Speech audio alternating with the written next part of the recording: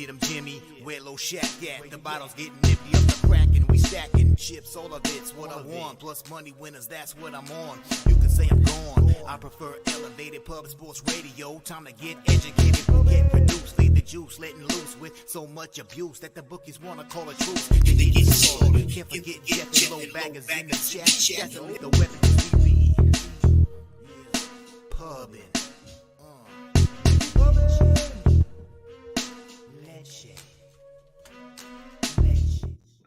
What up, cappers, gamblers, punters, hustlers, low baggers? Happy Thursday, September 15th to all of you. Thank you for watching Betting with the Bag right here on Pub Sports Radio. Man, ever since I got on Dutch's NFL live stream last Thursday for opening night of NFL, it's been a stressful 5 days, 6 days. Well, 5 days for me, really stressful. And barely sleeping and cashing. And man, yesterday I was in a bad way, man. I was like, so I slept last night. I don't know if you can see that by looking at me. I do look a little gray here. I don't know why I look so gray on the screen, but I feel much better. I got some rest. I'm ready to attack. I didn't have a great day yesterday. But again, I feel like the losing days that I'm having right now are slightly losing, and some bounces just don't go my way, or I just barely kind of messed up on a couple looks. They're not like getting destroyed, which used to be losing days. I'd come in here and I'd be livid, but that just doesn't seem to be happening these days. In MLB yesterday, I lost at Angels Cleveland first 5 under in the 5th inning. The Chicago White Sox first 5 -1. It was right to have legitimate trepidation on what Freeland's been doing on the road. But a loss is a loss. It was a first 5 -1. A Seattle full game -1 was an easy casher. Washington first 3. I think I was right. I mean, it was 1-1 push. If I had made it the first 5, I cashed that. They lose full game, but backing Corbin against the Orioles, who are not hitting lefties, I think was right. Tampa Bay, Toronto under 7.5 cashed. Tampa Bay first 5 was wrong. Stripling got me again. Boston first 3, man. Second inning, the Red Sox opened up with a double and a single, 2 men on, no out. It ended up being a push first 3. It was 0-0 after first 3, but I felt like that was right. Minnesota first 5 -1/2 was easy money and probably should have doubled up. I probably should have doubled up. I mean, easy to say now on both the Mariners and Twins. And then Milwaukee first 5 -1/2 +105 was a loss. So 3 and 4 down 1.41 units, dropped under 2% ROI on the season now, 1.99% ROI plus 10.64 units. But I feel so much better. I feel so much better than I did yesterday. Feel rested and ready to think clearly and ready to fucking attack. And we have a hell of a show. We have an incredible show today because we're going to start with NFL. We got the big Ragoo and Dutch Boy Fresh joining us for our Thursday NFL breakdown. Then Ragoo has picked out 3 NCAA football games, high marquee matchups that we're going to talk about before we get into MLB. Those matchups are Florida State, Louisville Cardinals. I got the Florida State hat on. In fact, when I first got to meet Ragoo in person in Miami, he hooked me up with this hat. So this was a gift from Ragoo, so I thought I'd wear it today when we talk about his Seminoles in action. Then we have Penn State, Auburn. He wants to talk Penn State, Auburn, and he wants to talk Miami Hurricanes, Texas A&M Aggies. So we're going to talk about those games before we get into MLB. Shout out to all the cappers in the chat. Viper MB, 2-3 yesterday, said, glad I bet Yankees to fade Jose. Oh, no. Oh, no. We had 2 of our close friends at baseball games yesterday. And didn't go well for either. But with Dommy telling us that Peterson's arm is dead and then watching him allow 6 runs in the first inning. Oh, man, it was 6-0. I felt so bad for Dommy. God, both of our guys not pleased. Brian Watson says Mets brutal.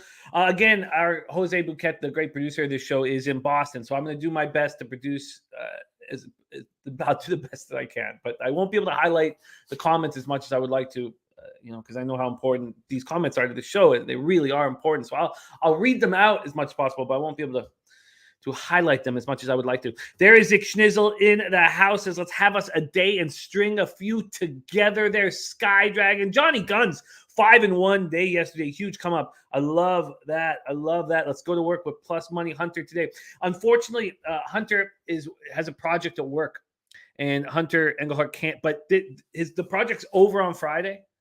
So he's like, this won't. He apologized to you guys that he had to not be able to be here on Thursday, but he said that the project's done, so he's going to be all over next week and the week after that. So he'll be all over it, and he apologizes for not being here. North Ender, Jay Peasy says, "Kraken, what's Kraken? Yeah, I'm gonna try to dry out here for a little longer. I'm gonna try to dry out until Sunday. I'm gonna try. Ron Crawford in the house. Bo Jackson. Those of you guys who remember Rob Pugh from early videos I made. He's headlining the Toronto Yucks tonight. And, my closest friend for many, many years, lived in LA together, Vancouver together, Toronto together. And I'll probably have to go down and see him at the club. And if I do that, I know I'll be fed drinks out of control. So it's unlikely that I'll stay dry until Sunday is what I'm trying to say. Spreadsheet play of the day is in from Ron Crawford, and it is Minnesota. Let's pop this in there. Thank you for sharing that with us, Ron. That is Dylan Bundy. Wow. Look at that. Ron Crawford supporting our old friend, Dylan Bundy. Look at that. Ron Crawford, you trust that man on the couch? You trust that man on the couch, Ron? Well, if you do, maybe I do. Hard to trust that guy. We also have her on the mound today. Or was that yesterday? Sorry, is it? No, she's back, right? McClanahan's back. Yeah, she's back from the IL. Wow, what a looker she is. What a fucking looker. All right, Eric Jones, G. Martinez, Birdie in the house. Geomatic, J-Dub. Geomatic's on Chiefs -3.5 tonight. Dutch Boy Fresh got the Chiefs -3 at -120. I can't wait to talk about that game. And it is uncomforting when the only one person I've heard say Chargers was Slaughter. He commented on our video that, Chargers at 4.5 thinks he's got to take them. Ethan Payson, I wonder what the Chargers are going to be in the contest, in the Circa contest, because Circa was hanging the Chiefs at 5 yesterday. TJ ready to go. TJ has sent us a gift. We will discuss it. Dami Gunrichi also on this gift that we will discuss. And there's Dami Gunrichi right there. 5-1 baseball yesterday. Every pick but the Marlins first 5 was in the chat. Thank you, Dami. And Johnny K says, got to jump on the Pirate Ship +215. Kyle Henley says, White Sox disappoint. They do. Jewel Holder TV ready to rock with us. There's Von Polo ready for Thursday Night Football. Man, Dutch is a great host for Thursday Night Football. It's a really, really fun show on our channel. It's a must check out. Play of the day in NCAA football. Spreadsheet play of the day. Houston Cougars -8.5. I will copy and paste that. I did not bet Saturday NCAA football last week. I've been keeping it pretty tight, and the main reason is because I'm 10-3. 10-3. And last week that we had Big Ragoo on the show, he fed us glory here. The Sweaty Butcher says, is Dennis Garcia in here? I owe him a tip. That's what the Sweaty Butcher says. Yes, he now goes by the moniker Sky Dragon. He's the most mysterious man in the capping industry. All right, we got a lot of work to do. Thank you guys so much for joining us. I want to give you guys all a shout out. You all deserve it. So let's see if I can do this quickly. Coco Bongo says, good morning, Belmont opening day. Oh, that makes me just ooze jealousy. I would like nothing more than to be hammering Belmont with you today. Nasty Nate in the house. Oh, man, that makes me so jealous. Good in the house says, Big Ragoo, what's up? Can't wait for y'all college football show. And check out our college football videos right now. They're popping off. Our football videos are doing well, and we're really proud of them. But check out our college football videos up right now. And then, of course, Saturday, NCAA Pub Hub, where Big Ragoo is a big part of. Sweaty Butcher says, hitting insane exactly yesterday at Kentucky Downs. Ooh, I love that with DG's looks. He's such a great capper. Domi Gunrici grabbed Florida State -2.5 on Monday. We'll talk about all that. There's Osby. Saturated says, has Jose ever done a leg day? I don't think he's ever done an arm day or a leg day. Jose was at Fenway. He's at Fenway right now. Good. He's in Boston as we speak. He'll be at Fenway again. Oh, not today. Not today. Not today. It was Helga's decision on what to do today. They're going whale watching. But on Friday, he'll be right there alongside Nasty Nate. Razor Sharp Pick says Gambler's first glance is locked and loaded, going for 4 in a row. I know that, there's spots where you want to drop the Gambler's first glance, but I want it on our show just so I can play this. This is so badly. It's one of my favorite things to play.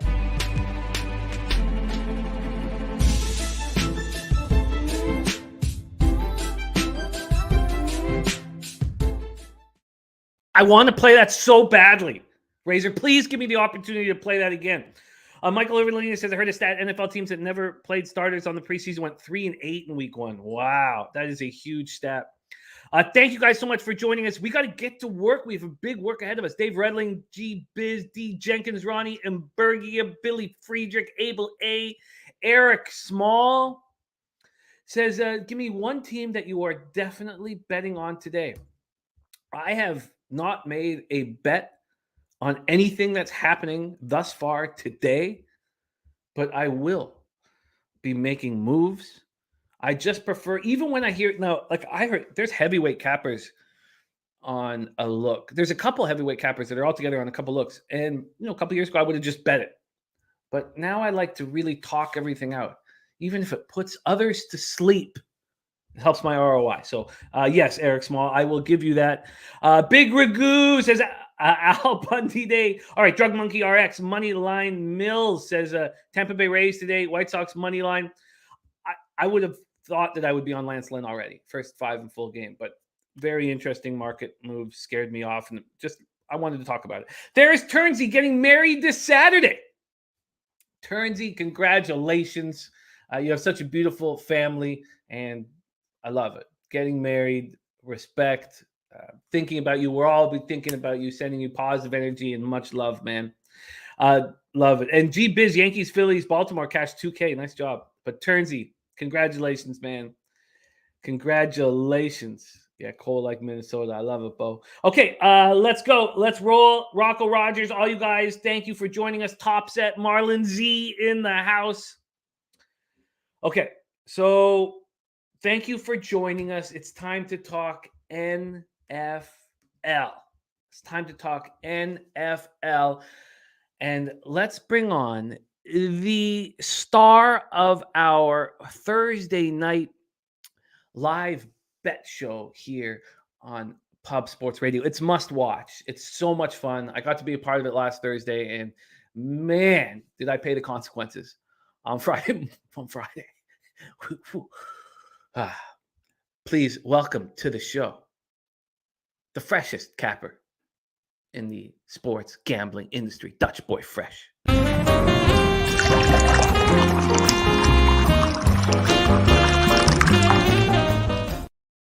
Dutchy, what's good? Jimmy the motherfucking bag. Salute to you, all the real ones holding it down in the chat. You already know it's all love. But I'm here for one mission, Jimmy, and that's to turn your bookie to a bum. That's right, a fucking bum. No knife, no gun, just that knowledge, son. How we doing, my man? I've been doing good. Dutch, I've been thinking about that for a while, and I've been getting to get concerned that that's actually happening with my bookie. My man. I'm like, oh no, I gotta figure out. Find a new one. I gotta figure something else out. Now. It's a good problem, though, to be honest. Not really, because the payouts are not 25%. Right. Oh yeah, that's right. You got your thing going. Yeah. So yeah. You might. I don't know, man. You might have to throw in a couple prop bets or something here and there. Even that shit out. No. I gotta find someone new. But I've been thinking about your line over and over again. Yeah. God, we actually did it. I think. Yeah, man. There we go. I don't know. It's you gotta get your ass out to Vegas so you don't have to worry about that shit. Oh God, I'd love that more than anything. It is. That's the sign. I know you got a nice new spot and all that, but eventually the roads leads to the 702, my guy. That's the only reason why I'm alive. Only reason why I'm here is because of the Las Vegas Hilton. That's where my parents met. Yeah, man. Where my parents met. I love it. Dutchie, ready to go for NFL football. Let's bring on your next guest. He will be with us for the entirety of this show, NCAA football and MLB included. Please welcome the legend from Ocala, Florida, horse country, but also college football country. Please welcome the big Ragoo to the joint. Ragoo, what up? What's up, fellas? Dutchie bringing the heat as usual. Jimmy's got that fire hat on. And I got the fire fucking picks for you today. So let's get rolling, my boys. Let's get rolling. Let's get rolling. I love it. The real ones, as my boy says. Oh, I love it. I love it. Well, we start with NFL football, baby. NFL football. LA Chargers at Kansas City Chiefs, Arrowhead Stadium in Kansas City, Missouri. It's a little warmer than we thought it would be on Tuesday and a little bit windier, but still nothing much. 82 Fahrenheit, partly cloudy, 11 miles per hour is the wind. Now, my breakdown is up on Pub Sports Radio, and I'm not going to repeat anything really. The goal here is to hear the insights from our experts that are on the show. I can tell you a couple things, though. Everybody is on the Chiefs. Some, like Dutch Boy Fresh, got them at -3 with very little vig. A -120, not bad there. This is moved to -4. It's moved to -4 right now everywhere, including Pinnacle. And the Pinnacle has the Chiefs slightly juiced. At 5 or at midnight, let's say, midnight last night, the Chargers were quite juiced. So just more and more money is coming in on the Chiefs. From a total perspective, it opened up at 54. It's still at 54. There's been no movement. The one bet I was thinking a lot about making, and I talked about on Gridiron Gamblers, was the first half under. I have not pulled the trigger on it. There's now 98,619 tickets in, and Sports Insights is giving the Chiefs about 8% line value. 65% of the tickets, 62% of the cash are on the Chiefs. Now, even when the line was moving in the Chiefs' direction, there was bigger bets, some sharp money on the Chargers. It was 29%, 40%. 29% of tickets, 40% of cash. Now it's 35 and 38. So some big bets have come in definitely on the Chiefs. 65% of the tickets, 55% of the cash. So there are big bets. Looks like some big bets on this under. We need to do some injury updates on Keenan Allen's hamstring injury. We need to do whether Austin Eckler is hurt. One thing that was clear to me, because the Raiders have a very good offense, what was clear to me is this. Thank you. I imagine that would be Jose from the Shadows highlighting. Nah, man, you know I got action back in, bro. I got hands now. Oh, you're doing that? They allowed me to. They allowed me. You know, they gave me the code, so don't worry. I won't play no bullshit clips. Though. I'm gonna highlight the chat. That's all, my man. That's all. I love it. Thank you for your help. That's so dope. Thank you. I love it. The one thing that was clear to me was that the Chargers defense is stronger with Khalil Mack. We didn't expect them to be as bad as they were last year. Callahan looked good with that fourth quarter pick, free agent signing. The Chiefs were absolutely spectacular. What can you say? What can you say about Mahomes in openers? Was he going to carry that over in week 2? He was 30 for 39, 360 yards. He's 5-0 in season openers, 18 touchdowns, 0 interceptions. How bad are the Cardinals? And how much better are the Chargers? And how much better is the Chargers defense? So Birdie is the second person I've seen that says Chargers spread. The defense of these teams are not comparable. Big overreaction from the Chiefs win in Zona. This is a big step up in class. Chargers at this number is a gift, says Birdie. So the other thing I will tell you before we'll hear from our experts is that my dad did send in a $200 bet to me to make for him on the Chiefs, and I didn't send it in. And I'm not going to send in his NFL action. I expect him to lose. And maybe he wins this week, and I won't make any changes until he's up $1,000. Okay, let's get to work. We will start with the host of Thursday night NFL live bet show here on Pub Sports Radio. Dutch Boy Fresh, how you getting paid in Chargers Chiefs? Yeah, man. Honestly, man, I don't really like too much of what I heard so far. It does sound a little chalky, but to be honest with you, man, I think this is the Chiefs spot here. I locked it in early and often, gave this out on the daily sesh, right there at -3 on Monday, -120, like my man Jimmy did say, with the juice. But this to me, man, it's a short week for the Chargers. And if Chargers had Keenan Allen out there as well as J.C. Jackson, I'd be all over the motherfucking Chargers if we were getting this number. But there's a reason why. And Keenan Allen is a big fucking deal in my opinion. Yes, they have Mike Williams. Yes, they got this kid, the tight end Everett. But Keenan Allen is a top 5, top 10 receiver, no doubt, in the NFL. He will be sorely missed. And J.C. Jackson, well, there's a reason why they went out and got him, because they fucking need him. And the Chiefs are playing with a little bit of, a little chip on their shoulder, so to say. I mean, they did lose to the Bengals, obviously, last year in AFC championship game. But a lot of people wrote them off this year. I mean, let's talk. They're going to be the bottom of the AFC. A lot of people say, oh, no, you lose Tyreek Hill. Mahomes is on a downswing. But let's be honest, man. They got the best offensive mind going in the NFL. They have a top 3 fucking quarterback in the NFL, and they got a scheme that most motherfuckers can't stop.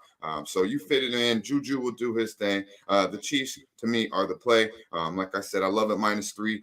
The Chiefs scored 44 points against the Cardinals. Yes, the Cardinals aren't, an elite team by any means. I agree with Birdie there as well. But 44 fucking points against any NFL team is impressive. I don't give a fuck what number's on the back of the jersey. 360 passing yards, number 1 on Sunday, Mr. Patrick Mahomes. Threw for 5 fucking touchdowns. They accumulated 488 total yards, good for second in the NFL after week 1, and allowed 0 sacks. They didn't let the precious Patrick Mahomes even get fucking touched. Very important. Now, the red flag, obviously, for the motherfucking Kansas City Chiefs would be that defense, right? With the Chiefs defense only allowed 179 passing yards to that little motherfucker Kyle Murray. Rush D was solid, only 103 allowed in week 1, and did also accumulate 3 sacks on little Kyle Murray. So the D showed they did what they needed to do in Arizona. You could say it was the competition, but they did what they needed to do. Now the Chargers D, stout as fuck. Got a lot of love for the Chargers here in the chat, especially on the defensive side. Now they allowed 64 yards on the ground. That's 4th best in the NFL after week 1. Very fucking impressive. 64 yards to hold the Raiders and that. But they did allow 295 passing yards to Derek Carr and sacked him. They did sack him 6 times. And also did allow 3 interceptions. Only got out of that game in LA with the 24-19 win. So you sacked the quarterback 6 times, pick him off 3 times, and that game was still close in the 4th quarter. Says something to me about the LA Chargers. I don't think they're as good as everybody thinks. Do they have a solid run defense? Absolutely. I believe their pass defense is suspect. And when you got a suspect pass defense and you got Patrick Mahomes on the other side, sign me the fuck up. I'm all over the Chiefs here, -3. And I love a prop here. Do you want? We go back to the props here after my man Doc does his thing. But yeah, man, I don't really know if I would endorse it -4.5 if it's up there. But the 4 I still think is good money. I believe there's still 4s out there all over the place. But I love the field goal here. Chiefs should handle business at the house. Short week, obviously, off a tough AFC matchup for the Chiefs too. That was a football game that they played on Sunday. The Chiefs and the Rams. So the Rams and the Raiders on Sunday. So obviously short week, feeling it without Keenan Allen and without J.C. Jackson. They will be probably back later in the year, and then we could talk about the Chargers getting that W then. But right now, tonight. It's the Chiefs' kingdom. Well, you and Elio got it at -3 at -120, and I applaud you for that. We are going to talk about the total B-Lab, but let's hear what the big Ragoo has to say about Chargers Chiefs Thursday night at Arrowhead. Take it away, Ragoo. Usually Thursday night games are games that I shy away from.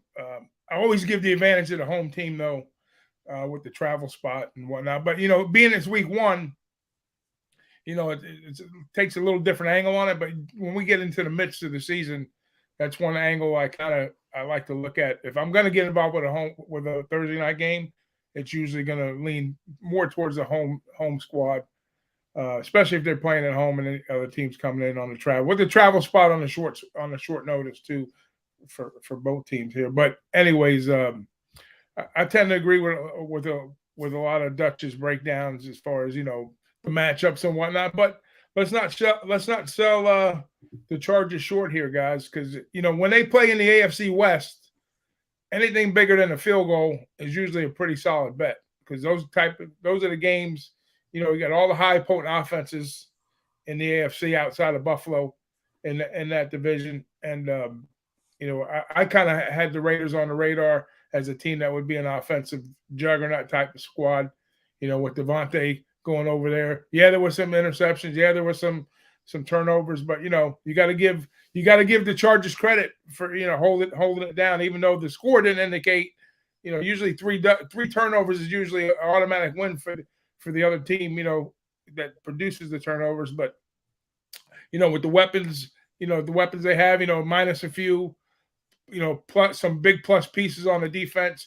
A lot of concerns early on, with the Hill's departure. Schuster stepped up nice in that role, so, and it's not just Schuster, it's Mahomes. He's been laser focused, going back 8-9 games now. He's been playing out of his mind, like the vintage Mahomes we've seen early on. So there's no question there. Herbert's probably the best young quarterback in the league in my book. So you're going to have the classic AFC matchup in Arrowhead here, and I think that line's crept a little high for my liking, personally. But 3 points, I think he did solid there. Anything north of 3, I'm going to be on the dog, But I'm not going to get to the window with it. I'm leaning. So at 4, I have to say I have to back the Chargers money here. And I do like the first half under, by the way. That's something I will get to the window with. Yeah, let's talk about the total in the first half under, and then we'll close up on Dutch's props looks. So I would like to hear from both of you guys on the total here. I don't mean to simplify it too much. I think it's a good point here that Robert Freeney's making about the Chiefs O-line containing Bosa and Mack, and we're all really excited to see Bosa and Mack in a high profile game here. It's too bad that it's 3-4 days after they just got off the field. So they probably, won't be at their best. But as Ragoo said, it is week 2, so it's not as big of a deal. For me, and I don't mean, again, to simplify too much, but the Chiefs know exactly how talented, the Chargers know exactly how talented Mahomes is. And it's really simple. You have to keep Mahomes off the field. You have to tire out this defense. I mean, Staley has to be thinking that. You have, and I know that Eckler and Sony Michel aren't exactly the running backs that you can keep hammering at the hole, but Herbert can make short passes and keep moving the chains and move the chains and move the chains. The focus has to be on as long drives as possible. You don't want to get into a all-out offensive battle with the Chiefs because you will lose. So if I do believe in the Chargers defense, and I do think that Herbert is capable of extended drives, and I don't want the full game under because I also fear what these quarterbacks can do in the last few minutes of the game. So that's my thought process there, but I haven't gone to the window. Let's start with Dutch. Dutch, what are your thoughts on this total? It has not moved a cent at Pinnacle. We have over 100,000 tickets now in. 35% of the tickets and 46% of the cash are on the under. So clearly there's some sharp money on that under. What are your thoughts on this total, first half or for a full game? Yeah, I believe primetime games are 3-0 to the under so far in the short season. I wouldn't buck that trend. Do I want to? It'd definitely be a first half under because I don't want to go full 4 quarters. These Chiefs can start, scoring in a hurry as well as the Chargers can. So I would look under here, especially without Keenan Allen.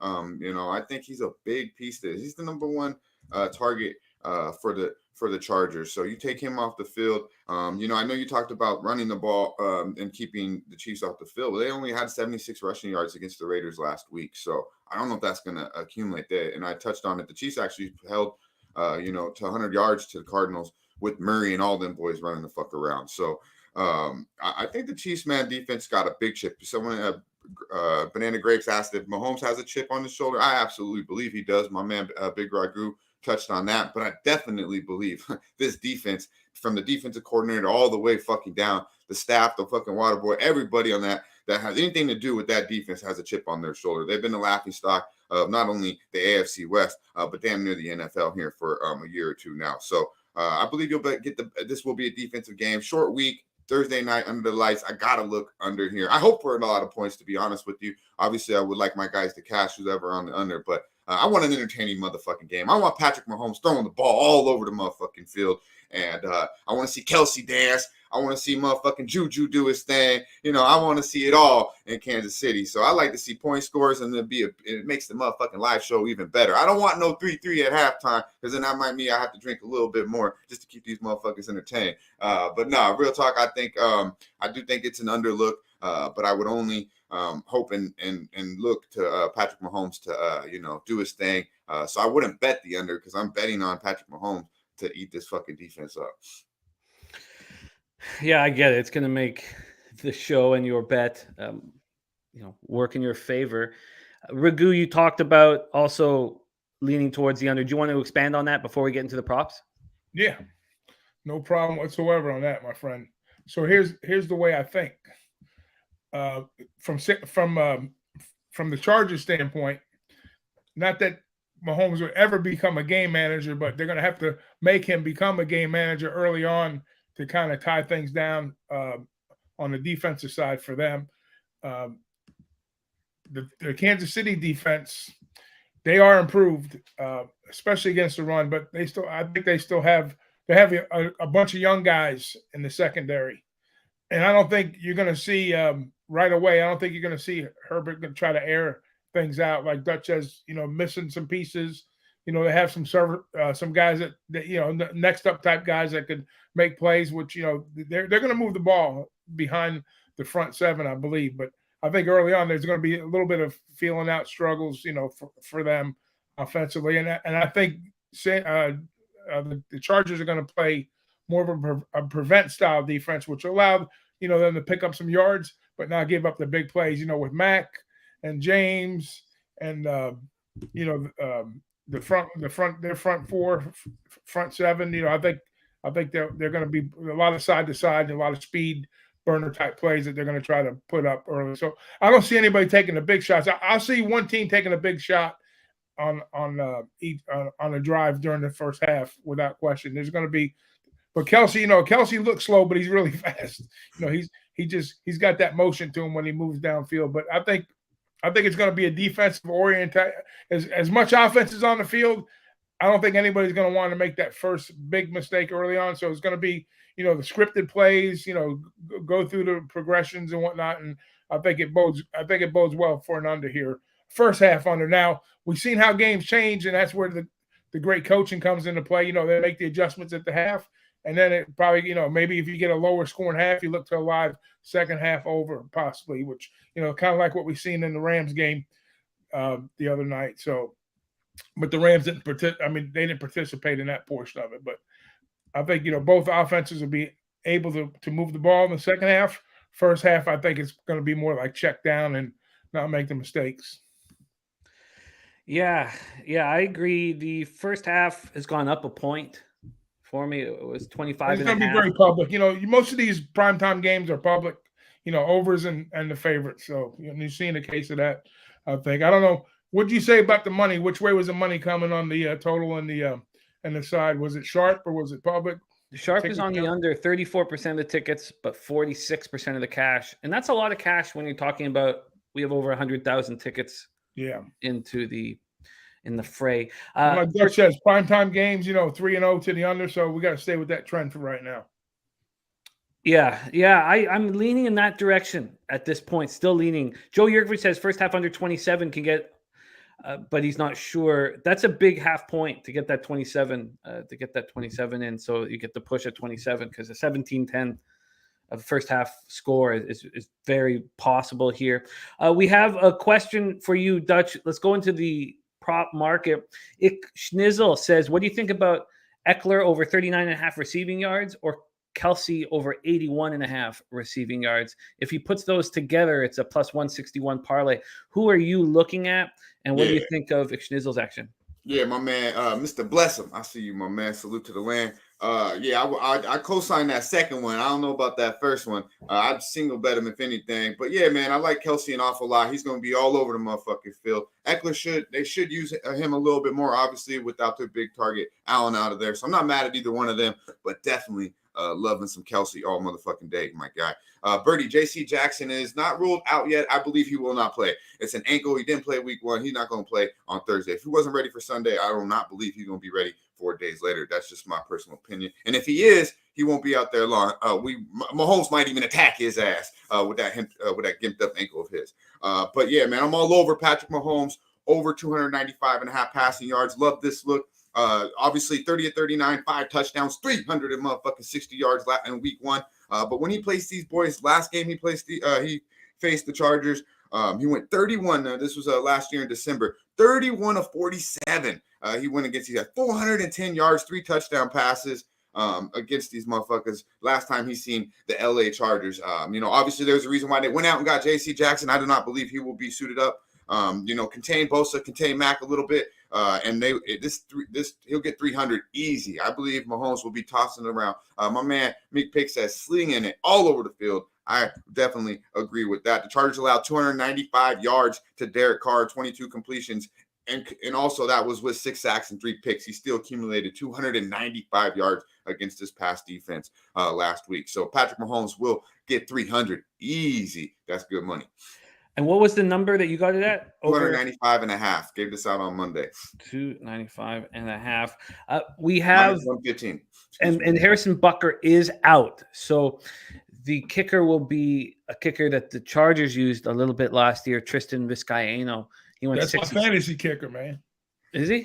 I had to draft the kicker from Green Bay. Hey, just a note on the first half, right? Yeah. We're looking at I'm looking at first half totals.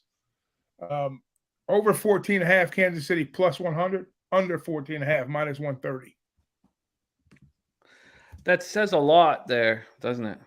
And then both the team totals are 10.5 at either over or under at minus 115 for the Chargers. That's interesting. So Dutch is making. Are you making the Mahomes over 295 let's and a make half? that official because I can't lock in. I'm not. There's no threes at minus 120, so I Yeah. need to play to be official. Need to get back in the black here. Obviously, 0-1 after last week. 4-6 overall in the NFL. Not the best start. Couple coolers, but we're definitely going to get back in the black. Love this Patrick Mahomes look. Got some good looks on the board this week. Definitely 295.5 minus 115 is good money, my man. I like it. I like it. Is there anything for you, Ragoo, that you would like to make official for NFL? I'm doing the first half under 26.5. Let's get it, Doc. Let's get it.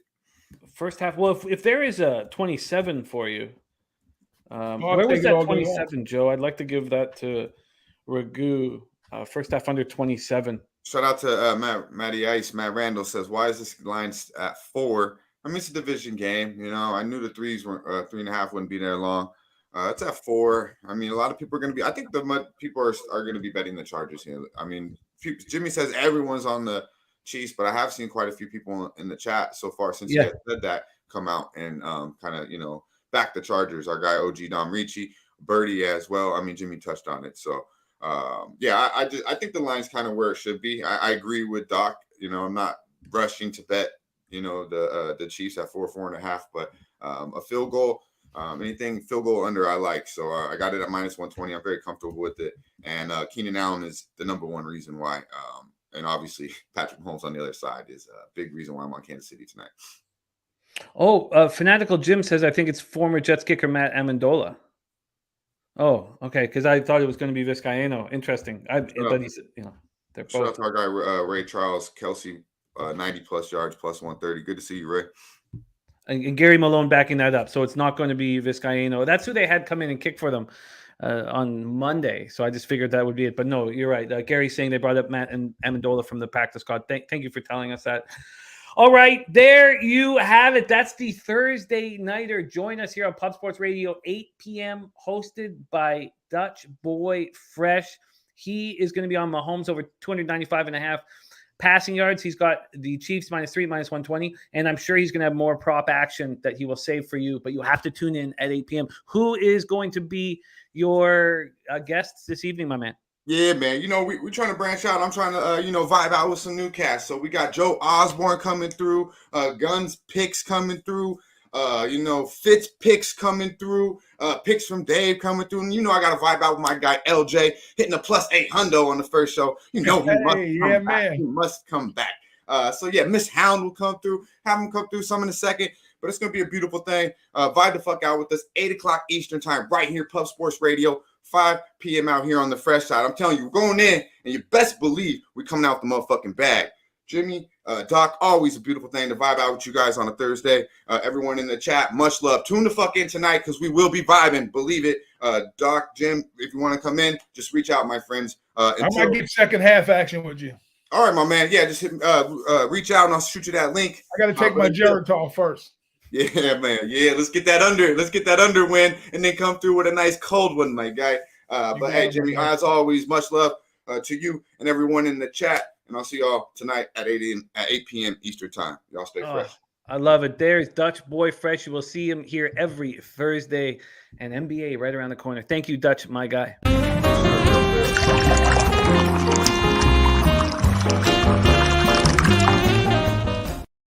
All right, big Ragoo. We move on to college football, and it really helped getting us paid last week in the Louisville UCF game.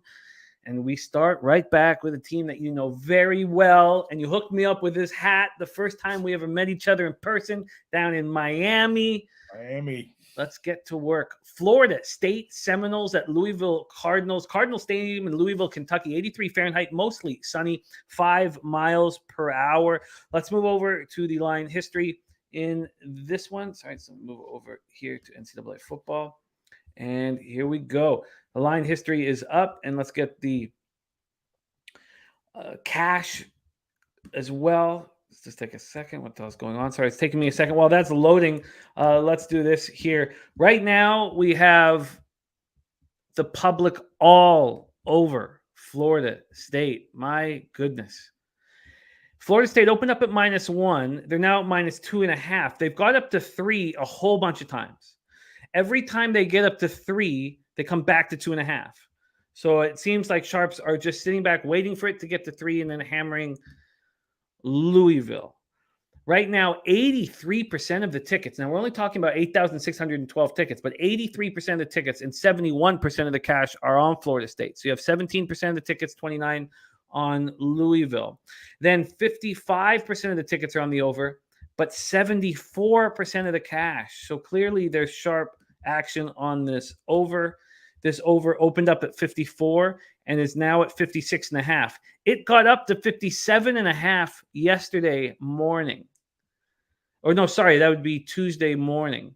Then 57, and then yesterday at about 4:40 p.m. it moved to 56.5. So maybe, it hit a high there. Florida State looks to start 3-0, win its ACC opener for the first time since 2015. The big note here is the Seminoles have an extra week to prepare. You also have Jordan Travis, who is a Louisville transfer, just to add another level of drama to this big game. To keep adding levels to it, Florida State lost 31-23 at Louisville last year. About Travis, so I can't wait to hear your breakdown on this dual threat quarterback. He's got a ton of weapons. They're 8-3 with him as a starting quarterback. Trayshawn Ward, Trey Benson, Lawrence Toffoli make a huge three-headed monster helping them here. And Louisville allowed over 200 rushing yards in both of their games thus far.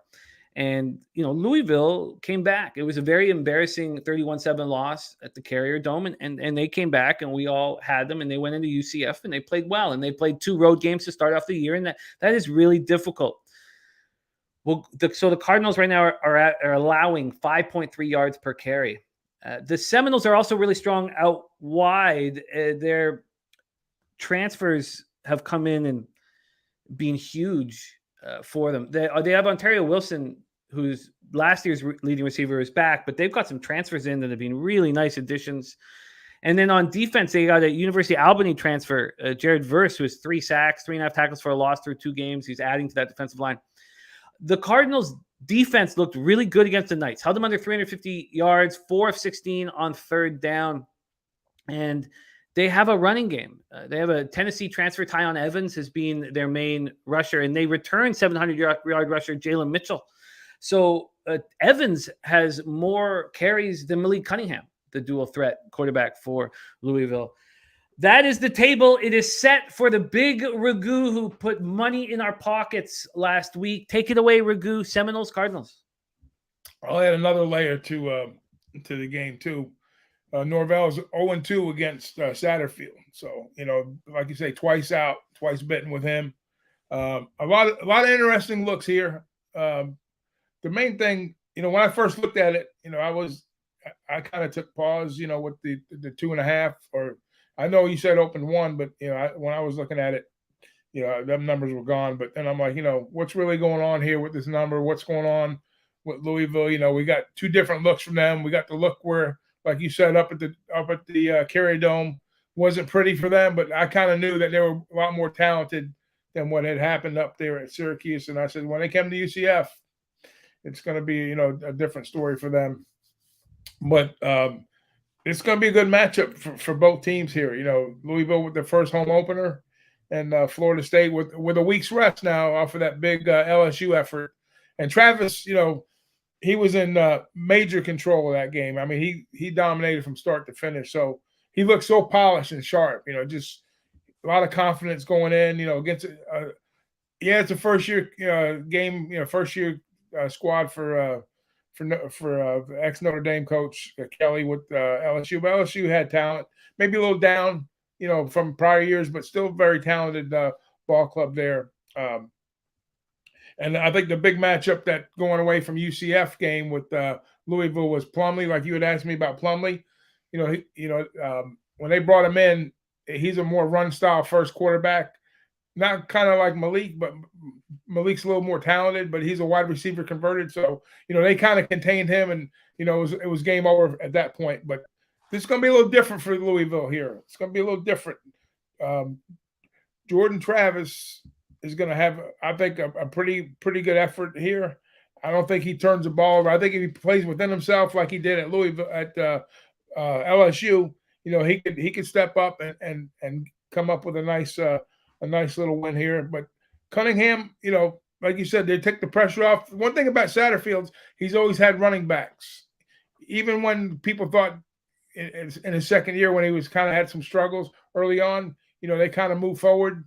And I like what Louisville's done. They always have a pretty decent offensive line, which I think that's going to be the key matchup in this game for Florida State. Now, Florida State's always had good defense. Years gone by, they've had a horrific offensive line. They've made major improvements on that O-line here, which is kind of, where you've seen Jordan have a nice game last game. And they got the 3-headed monster running backs. The first game out, even though against Duquesne, all 3 of them had 100-yard games. And that was kind of a tune-up, for the LSU game, and they kind of bear down from there. So I think the big difference here is going to be the Florida State, the defense, which has always been solid. I think with the added pieces, they have the kid from Albany, have Mississippi State transfer. I mean, they're going to be nasty. They're going to be nasty. They're going to create some matchup issues here, and that's going to be the difference for me. So at first, I was looking at taking pause on getting involved with the game. But the more I started breaking the game down, the more I liked it. So it's kind of chalky, it's kind of public, yeah. But I'm on FSU minus 2.5. How important is the extra week off that they've had? Yeah, and that was the other key component too. Being that he's got beat twice by Satterfield with the extra weeks off, he knows his coaching styles and tendencies. He's seen Malik, twice already. He's already made all the adjustments, for that. And I think it's not going to be a blowout by any stretch of imagination because they have good athletes. And the big thing with Louisville for years, I know it's years gone by, but they used to recruit heavily in Florida. Like that was their big game. They always had that game circled on the calendar when they played Florida teams because a lot of their recruits come out of Florida. A lot of these guys that they play high school. But now that's all changed with the portal system and the NIL and the coaching changes and stuff. But there's probably still some blood in there, even back going to the Taggart and Jimbo days, where these kids have, played up from Florida up into Louisville. So I think the tendencies here, the coaches know each other well. I think, it's Norvell's time to kind of cash out. Do you agree with this sharp and move and sharp money on the over?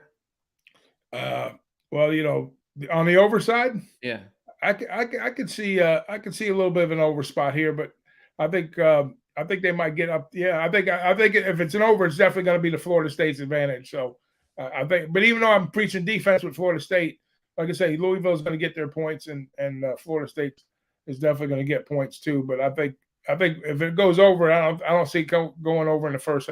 I can see it going over quickly in the first half, and then the defense is tightening up in the second half. Interesting, like a first half over. Very, very interesting. So I need more time with this game. I had a real plan coming in to the Louisville UCF game, but here it's that extra week and being 0-2 against Louisville that's stopping me from going back to the Cardinals. Ragoo is on Florida State -2.5 at -108. That's available right now at Heritage. This game pops off Friday night, and you're going to hear Babano's take on this game tomorrow. It's already up, Babano and CMAC video on this game up at Pub Sports Radio, but you're going to see his take tomorrow. Don Play, no, I'm not leaning to the under, but it's impossible for me not to keep a very close eye on Dennis Garcia, aka Sky Dragon, and he's on the under. So we're going to do this again in 24 hours. So I'm just going to keep kind of sitting with this and watching the market. But Ragoo is in Florida State -2.5. I love having Ragoo on these Thursdays, and I stayed away from the Saturday card because I didn't have Big Ragoo to break the games down with. So I did this time. I asked him, I said, could you pick a couple Saturday games that you want to break down? And he did just that. So let's roll on to Saturday, where this one is a big one. And we get to see just how good Penn State is. 3:30 p.m. Eastern, Penn State Nittany Lions at Auburn Tigers. It's a gorgeous day in Auburn, Alabama. 84 Fahrenheit, sunny, and 7 miles per hour is the wind. Let's take a look at the line history here in this one. Sorry, there's so many games. It's going to take me a second to pull it up. Here we go. Penn State, Auburn, line history. So Penn State opened up at -3, and it was a pick'em. Since then, Auburn at +3 has taken money. And a couple of days ago, actually on Monday and Tuesday, it dropped to 2.5 and then came back to 3. This 3 is juiced at -115. If you want the 3 for Penn State, the -3, you're going to have no VIG attached to it. From a totals perspective, it opened up at 48 and it dropped to 47. It's now back up to 47.5, and it's juiced to the under. We take a look at the cash in this one. We have 6,632 tickets in. They're giving Penn State about 20% line value, maybe 25. 6,632 tickets are in. 55% of the tickets, 64% of the cash is in on Penn State.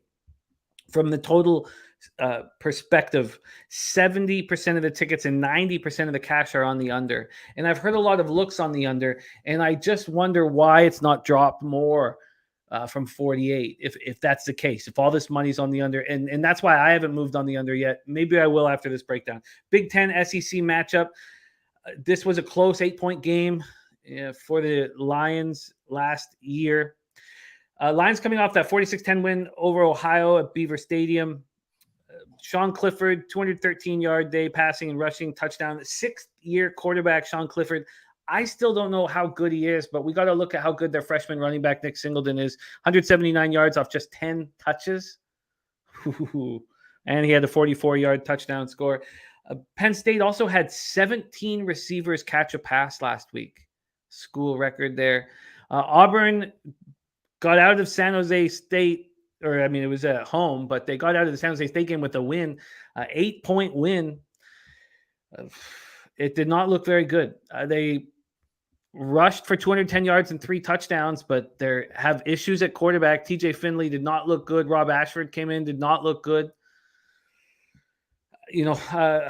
I don't know how good Auburn is, and this is a real tough test for him. Let's hear what Ragoo has to say. Penn State, Auburn. Yeah, well, Penn State, they scheduled an easy game. They played Purdue, a pretty good game at Purdue. Like you said, you spread the numbers around. You've seen what Clifford did, and I think Clifford is a pretty decent quarterback. If I had to match up quarterback for quarterback, in a comparison, we know Finley struggles with the pass, and Auburn, they like to run the ball. And Harsin, he's got some issues, personnel wise that he's trying to handle internally and stuff like that. So, and the alum is starting to get a little nervous with him too. But and then that game last week, coming out, they scratched their way out of that game against San Jose, which that's probably his Mountain West connections while he scheduled that game. So had 2 supposedly easy games to take care of. Not to say that San Jose is always going to be easy because they're a quality ball club, not knocking the Mountain West at all. But and the class matchup, they should have handled business, I thought, a little differently there. But I like what I seen with Purdue, how they went in there and handled business. Usually Franklin on the road is usually a fade spot that I'm looking at in prior years, but they got over that hump in that big conference game there. So offensively, does lightning strike twice, like a la Barkley with the new running back? I mean, pretty impressive. 176 yards. Now, one thing that Auburn is pretty good at is stopping the run. So it's going to be a test for both teams here. But I think the first test got passed by Penn State on the road. And now they get another test here, so you got to start looking at Penn State if they if they come away with a convincing win here. How does it go down? Does it come down in a battle in the trenches where both teams are going to try to shut each other's run down, or are there going to be some plays behind the line of scrimmage? Where I have to lean towards Penn State there if that's the case. But I think I got another look on this game. I think. The total sitting at 48, like you said, or 47.5, bet down a little bit with a ton of action coming that way on the under. I love the over in this game, man. I think it gets there. I think and the telltale sign there, some sharp money on the over. I think this game has all the makings of a high 20 score. Maybe in a 30 to 20, 27 or something like that. I think this game goes over 50 points. I don't see it staying below 50. Even though Auburn struggles offensively, I think they can still, a turnover or 2 here, Penn State, with their offense, spreading it around.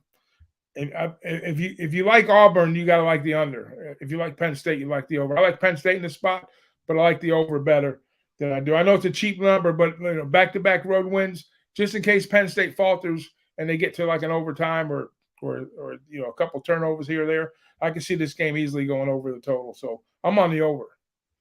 That over is down to 47 at Bet 365. That's the only spot right now where it's dropped to 47.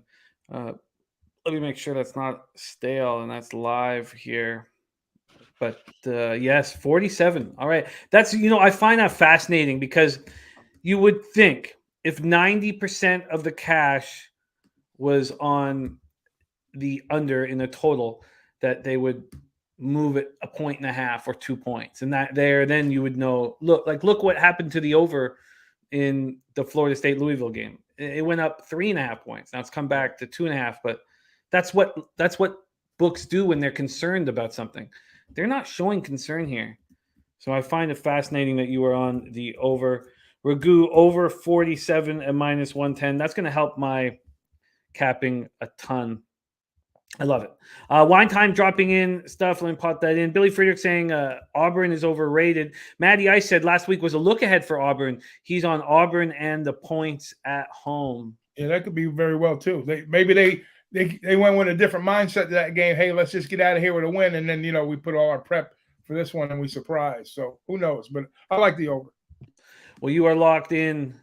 There we go. Ron Crawford also on Auburn. Robert Franklin says, nervous laying 3 points to Penn State on the road, but I'm laying 3 with Penn State. And I love it. So let me just put that here for my notes that Matty Ice is on Auburn. And the points, Ragoo is on the over 47. Ragoo knows Florida football.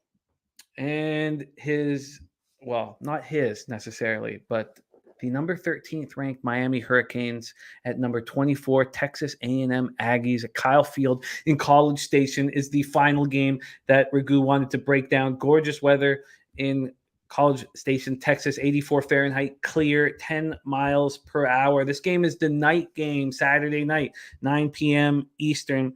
Let's look at the lines here off the top, the line history. And this is going to be a fun one. Saturday night action, man, with the Aggies coming off that embarrassment last week.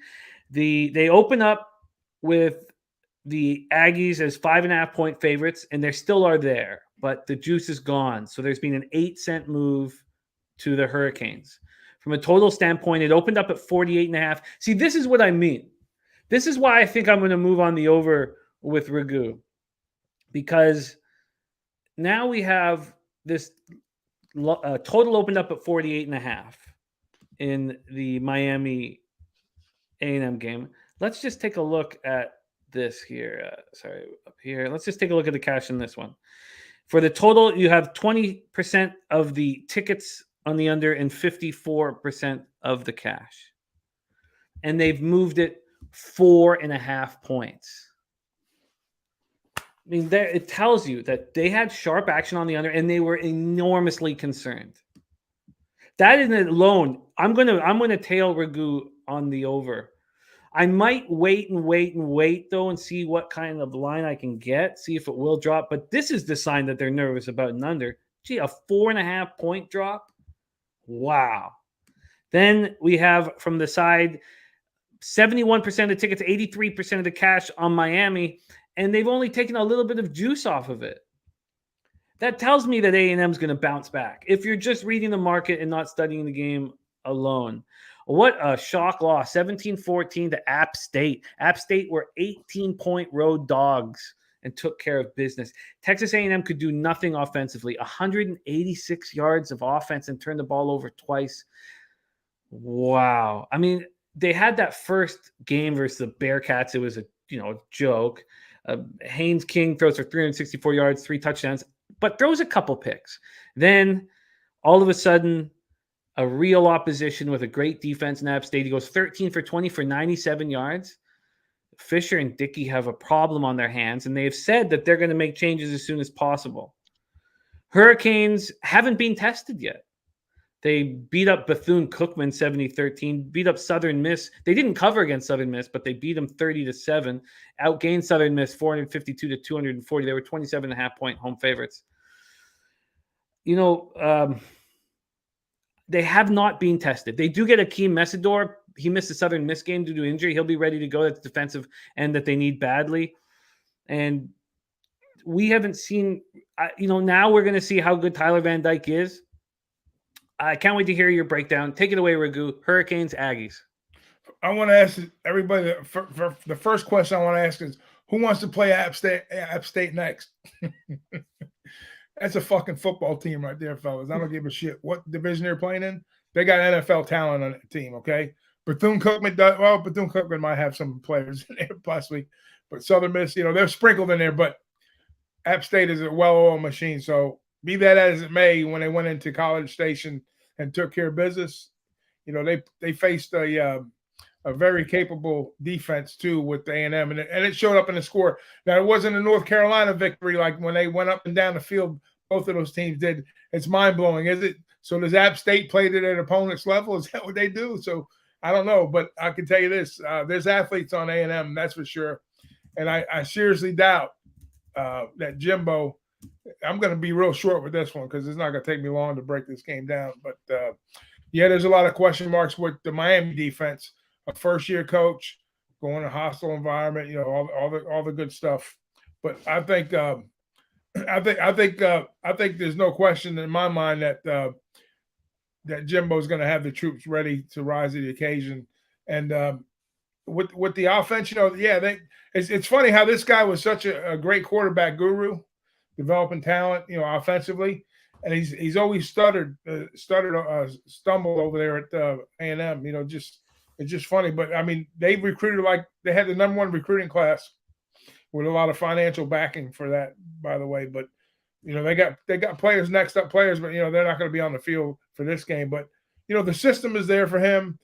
They want to go to A&M for a reason. There's a lot of talent. A&M is always kind of like the little brother to Alabama. That's what's on their big sites. But to get there, they got to run through a lot of these other teams to make it happen. And that was definitely a stumbling block right there. But I'm not going to discount the loss to App State, because App State is a quality program. It's just another game. They had, like I told DJ yesterday, they're not an FCS team, but FCS teams, just to show you how where we're at in the portal and what's going on with NIL and college football as a whole, you had 5 FCS teams beat FBS teams already, and you had 7 of them that came within 1 score of winning. So the talent is definitely shifting. The way that the game is being played is shifting. And like I say, I just think that Jimbo and company will be ready to play this game. And I'm going to bet me a solid first half bet. I'm going to smash this bet. I'm going to take A&M in the first half -3. They cash easily. I love this look. We talk about the overreactions, and this is big time. Yeah. No, I love this look. That breakdown was excellent. This all ties into the way I see the market and the way I see the action coming in. We talk nonstop about the overreactions. Gambler's first glance play number 1 is in. It is the Chargers at +4. Chargers at +4 for Gambler's first glance. Can't wait to hear the second one, Razor. But this Ragoo, this makes so much sense. Yeah. And Ron Crawford says, pay attention to James Madison. You look at Old Dominion, you look at James Madison, you look at all those teams up in that area, Liberty, all those smaller FCS teams that have stepped up. They're all viable programs now. They're going to be a force to reckon with in conference and out of conference. I love this look. Oh, sorry, I'm on totals. I'm just going to line shop for you quickly on the first half spread, and I'm also going to tail this bet. Let's go over here. Could even be. I might even jump in on some first quarter action too, but I don't like first quarters. But I just feel like this is so sound. I made my first quarter bet last week on Pub Hub show Saturday morning. Yeah. I took Air Force -4.5. I says, what the hell am I doing taking the first quarter bet? And they won 13-0 easy. So when you get that breakdown and it matches up to your way of thinking and makes sense. Yeah. Roll with it, baby. Roll with it. Oh, I agree. So there are 3.5s at Bookmaker Bet Chris, but they're 3s everywhere else. 3s at -110. Some of these 3s are juiced. Yeah. By the way, Domi Gunrici added Florida State first half and A&M first half. First score. So that's my stuff. Sorry. Let me put the asterisks there. And then Ragoo is A&M. Now, I mean, everything is coming clear to me. Like, why I'm 10-3 in college football. Why would I do anything on my own when I can work with this analysis with Ragoo and everybody in the chat, and then tomorrow with Babano? I mean, come on. -3 first half. Keep your head clear. That's the main thing. Yeah. Oh, absolutely. Okay, so we got that in. A quick question here from Gary Malone in the chat, and then we'll move on to MLB. Gary Malone saying, Big Roo, how do you feel about Notre Dame in a bounce back spot this weekend? I'd love to give you the line history in this one here. See if I can get it quickly. But some shock losses. It makes for such a fun season. Yeah, DJ, credit to DJ Big Boss on that one, because he had that one nailed on the show too. And there's nobody knows Notre Dame better than DJ. And, wow, he was on Marshall? He had Marshall. Marshall was one of his better plays too. Wow. California at Notre Dame here. The Cal opens up at +11. They're now +10.5. And from a total perspective, it opened up at 43 and has dropped all the way to 40. And I'll just give you the cash on this here quickly, as it should be easy to find. 4,829 tickets in, 28% of tickets, 34% of cash on Cal. And from a total perspective, 72% of tickets and 91% cash on the under. And look, it's moved 3 points because of it. Yeah. That just goes to show that Ragoo over is so sharp. Okay, what do you think of a bounce back spot at home against Cal? I mean, I think it's viable. I'm not going to blow smoke up anybody's ass because I really didn't do a lot of study into this game yet. I'll start doing most of my studying tonight and tomorrow. But at a first look, I'd have to say I think they can bounce back because, that's a team of quality, well coached. And I know Cal, they've been a doormat for a little bit and they've had their struggles. And they're a defensive minded team too. They have been forever and ever. So, I mean, just on the surface, scratching a little bit, I wouldn't hate it, but I don't know enough about it to really make a recommendation on a play. Well, we will hear their breakdowns on Saturday, NCAAF Pub Hub here on Pub Sports Radio. I love that. That was just wonderful, wonderful to be a part of your college football camping. I love working with you, Ragoo. So here it is. We got a Ron Crawford spreadsheet play today in NCAA football on Houston Cougars -8.5. Ragoo gave us Florida State -2.5.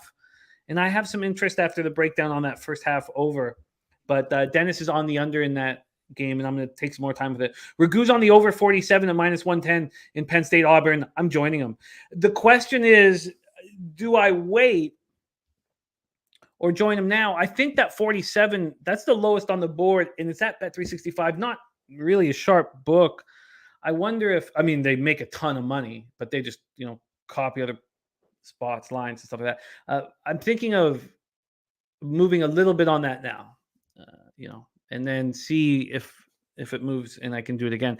Then Ragoo's on A&M first half -3 at -110. I'm rolling with him. I love the overreaction. All right, let's go into MLB and Joe Yurkovich on the Royals -1 at +205. Ron Crawford is on the Twinkies. And let's get to work right now. We start at 1:10 p.m. This game pops off in 55 minutes, and I was going to bet on Lance Lynn. I'm sure that Lance Lynn is going to have a good start here. The issue is the Guardians are using this 24-year-old, 6'6", 260-pounder Hunter Gaddis, 5th-round pick, 2019 out of Georgia State, and there's sharp money on him. And the White Sox are 4 games back. They face the Guardians again in Chicago in like a week, or not even, I think like 6 days or something like that. They need to knock it down to 3 games. Lee Davis just played the Guardians at +137. Ron Crawford says, why is Cleveland giving this one away? That was my initial thought. Why is Cleveland giving this one away? But then you look at the market, and there's so much sharp money on Gaddis, at least there was as of 2 or 3 hours ago. Ron Crawford says Lance Lynn since 2019 on the road in conference playoff a loss in which they gave up no more than 8 walks is 2-15 straight up. Guardians have won 6 straight, although we don't talk about those sort of things unless it's 7 or over. Dominic Ricci says the Guardians are making me money. Hard to go against them. All right, let's take a look at the line history first and foremost here, and then go into the cash, and then talk this one out with Ragoo, who's having a spectacular MLB season here with us. We have the White Sox opening up at -155. They're now at the -150. But they did go down to -143. So they were -150 when I was looking at it this morning. I was like, how could there be a 5-cent move to the Guardians? Well, it got worse. It got down to -143. There was a 12-cent move at 11:56. We're talking 20 minutes ago. It's come back 7 cents. Then from a total perspective, it opened up at 8.5, and it moved to 7.5. Huge money. So the market is telling you that Hunter Gaddis is going to have a really good start. So let's take a look at the cash here, and then we'll talk about Hunter first. Sorry, let me pull this up here. Here we go. 9,356 tickets in. 31% of the tickets and 36% of the cash are on Cleveland. Then 32% of tickets and 38% of cash is on the under. 38% of the cash is on the under. They moved it down to full run. Wow. Gaddis had 14 starts at AA and 7 starts at AAA. He last started here on a Friday show of ours on August 5th, and he went 3 1/3, allowed 7 hits, 8 earned runs, 2 homers, 2 Ks, 2 walks, and a 9-3 loss at home to Houston. I remember talking about this. I remember talking about how Gaddis was this bully in AA and in AAA, and now he's going to go up against these Astros. And there was sharp money on Gaddis then, and I stayed off of it. And the Astros lit him up and smoked him, and I was beating myself up for not being on the Astros. Since then, he's got 5 more starts at AAA, and he's been really good. He's a really good pitcher. No surprise the Guardians are putting out more spectacular pitching talent. He has 145 strikeouts and 110 2/3 combined AA, AAA. Has allowed 16 home runs, but 3.93 ERA, just a 1.05 whip. He's a big boy, and he's the real deal. Lance Lynn is a bully, and he's pitching so well. Now his ERA is down to 4.07 and 1.07 whip after he had such a terrible start. 6 innings, 3 hits, 2 runs, none of which were earned. On the road, he's 2-3 with a 4.14 ERA, 251 opponents batting average, which sounds bad, but that's dropped because he had such a terrible beginning. White Sox last 30 days, first righties, same old story. Nice average, no power, 257, 682. Guardians, first righties, 236, 644. So they're not hitting for average, not hitting for power. Then the biggest difference between these two teams is the Guardians have the best bullpen in the league, 1.91 ERA, 0.95 whip over the last 30, while the White Sox are at 4.45, 1.29, which is actually quite improved. Billy Friedrich says Sox win here. I mean, that was my plan. Billy Friedrich says McKenzie was originally expected to start for Cleveland. I didn't realize that was the case. This is fascinating. I love this. I love all these levels. Take it away, Ragoo. White Sox Guardians. I was on mute. Sorry about that. Oh, yeah, a lot of layers to this game, isn't there? I mean, a lot of intriguing angles and whatnot. But I know when you're looking at Lynn, he started out, missing early on and coming back slow. Now I think he's in good form right now, and then if you go check the lineup, I think Ramirez is like the top dog and Jimenez has got some success here. But the big question mark is the big guy coming up, to make his first start here. So, and he's getting a lot of love from a lot of strong money, but when I play my MLB, I'm really big on streak play, small streaks, longer streaks, all types of streaks. And I hate trying to stop a streak. I hate to go up against a team that's doing well. There is a big question mark here, but then if you're looking at the markets, they're kind of putting you on to that too. And to me, that shows a little bit of value. Do I want to go up against Lynn, against Cleveland? No. A hot Cleveland squad? No. But Cleveland, they're doing a lot of things right now, and they have had some success against Lynn in the past. But I'm trying to figure out a way to back the Sox here, again, but going against the streak, against the new kid. But I don't see any way out. I'm torn on both ways. I have a lot of good angles with Cleveland, a lot of recency angles, a lot of strong looks. But then again, I like what Lynn has done and where he's at. So how do I find a common ground? I can't find one here. I mean, the only thing I could come up with is maybe is look at the White Sox first half minus a half a run, possibly, if they happen to get to the kid. That's the big question mark, is a kid coming up with his AAA, AA numbers. I know that the better bullpen is with the Cleveland. I don't want to go full game. It has to be first half. So I'd lean towards Chicago minus 110 first half, minus a half a run. Yeah, this is such an important game for the White Sox, and the Guardians are just saying, hey, we're in complete control. And they are. We went over, I mean, I didn't go through it individually, but I was talking about, I did personally, I didn't go over it on the show, but I went over the Cleveland schedule, and it's heavenly. They're so lucky. Now they have, as Domi pointed out, they have 9 tough games here, against the Sox and the Guardians. But imagine, like, if the Sox are back 3 after tonight, they have a chance. If they're 5 games back after tonight, it's over. And not really over, but it feels like it's over. The last 6 games of the year, look at this. The Guardians have the Royals at home. Guardians are at home against the Royals for 6 straight games. They're going to get in. I mean, they could easily go 6-0 in those games. Ugh. But they have some difficulty before that. It's. What do you like? You like anything? I was going to bet the White Sox, but that was before I saw all of the sharp money in Cleveland and the move to the under. Now, the weather is helpful here. 5.1 miles per hour in at first pitch, goes up to 7.6 miles per hour. Lee Davis says second call-up angle, Jim. No, that second call-up angle for me is when a pitcher spends like 5 weeks or so, 4 to 6 weeks in the show, and then is dropped. And then sits there and going, God, that was incredible. I got to get back there. Or even longer. That's always been my thing. I need them to taste what it's like to be in the majors and then be in the minors for a month and a half, at least 4 weeks, and then come back up. Wine Time says under 7.5 is the play here. I don't think you guys should do it. I don't. When a total opens up at 8.5 and it drops to 7.5, I really think that long term you have to let those go.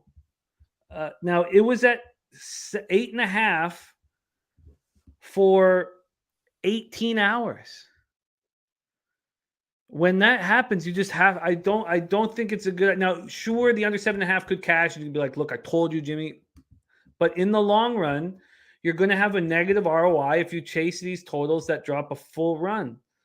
So, if you haven't bet it, you have to let it go. Because look, after studying all this and seeing the sharp money on Cleveland, seeing the wind blowing in, yes, the under is the play, and maybe it's the first 5 under.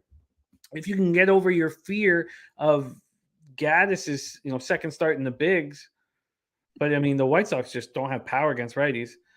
And there it is. Look at that. Razor is not concerned. Razor is on the Gamblers' first glance, is on the Indians White Sox under 7.5. So, I mean that tells me that at this point I would focus more on that first 5 at 4. Mm-hmm. But you see what Razor does. He reads the market and he makes money.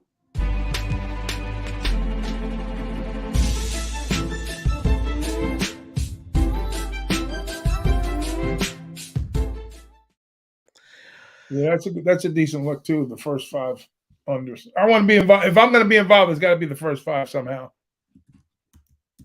First 5 under 4. So, yeah. I mean that. God. Okay. I at this point now, seeing all this sharp money on the under, move to the under, Gambler's first glance on the under. I think I could move on the 4. I think I could. It seems like Gaddis is going to have a nice start here.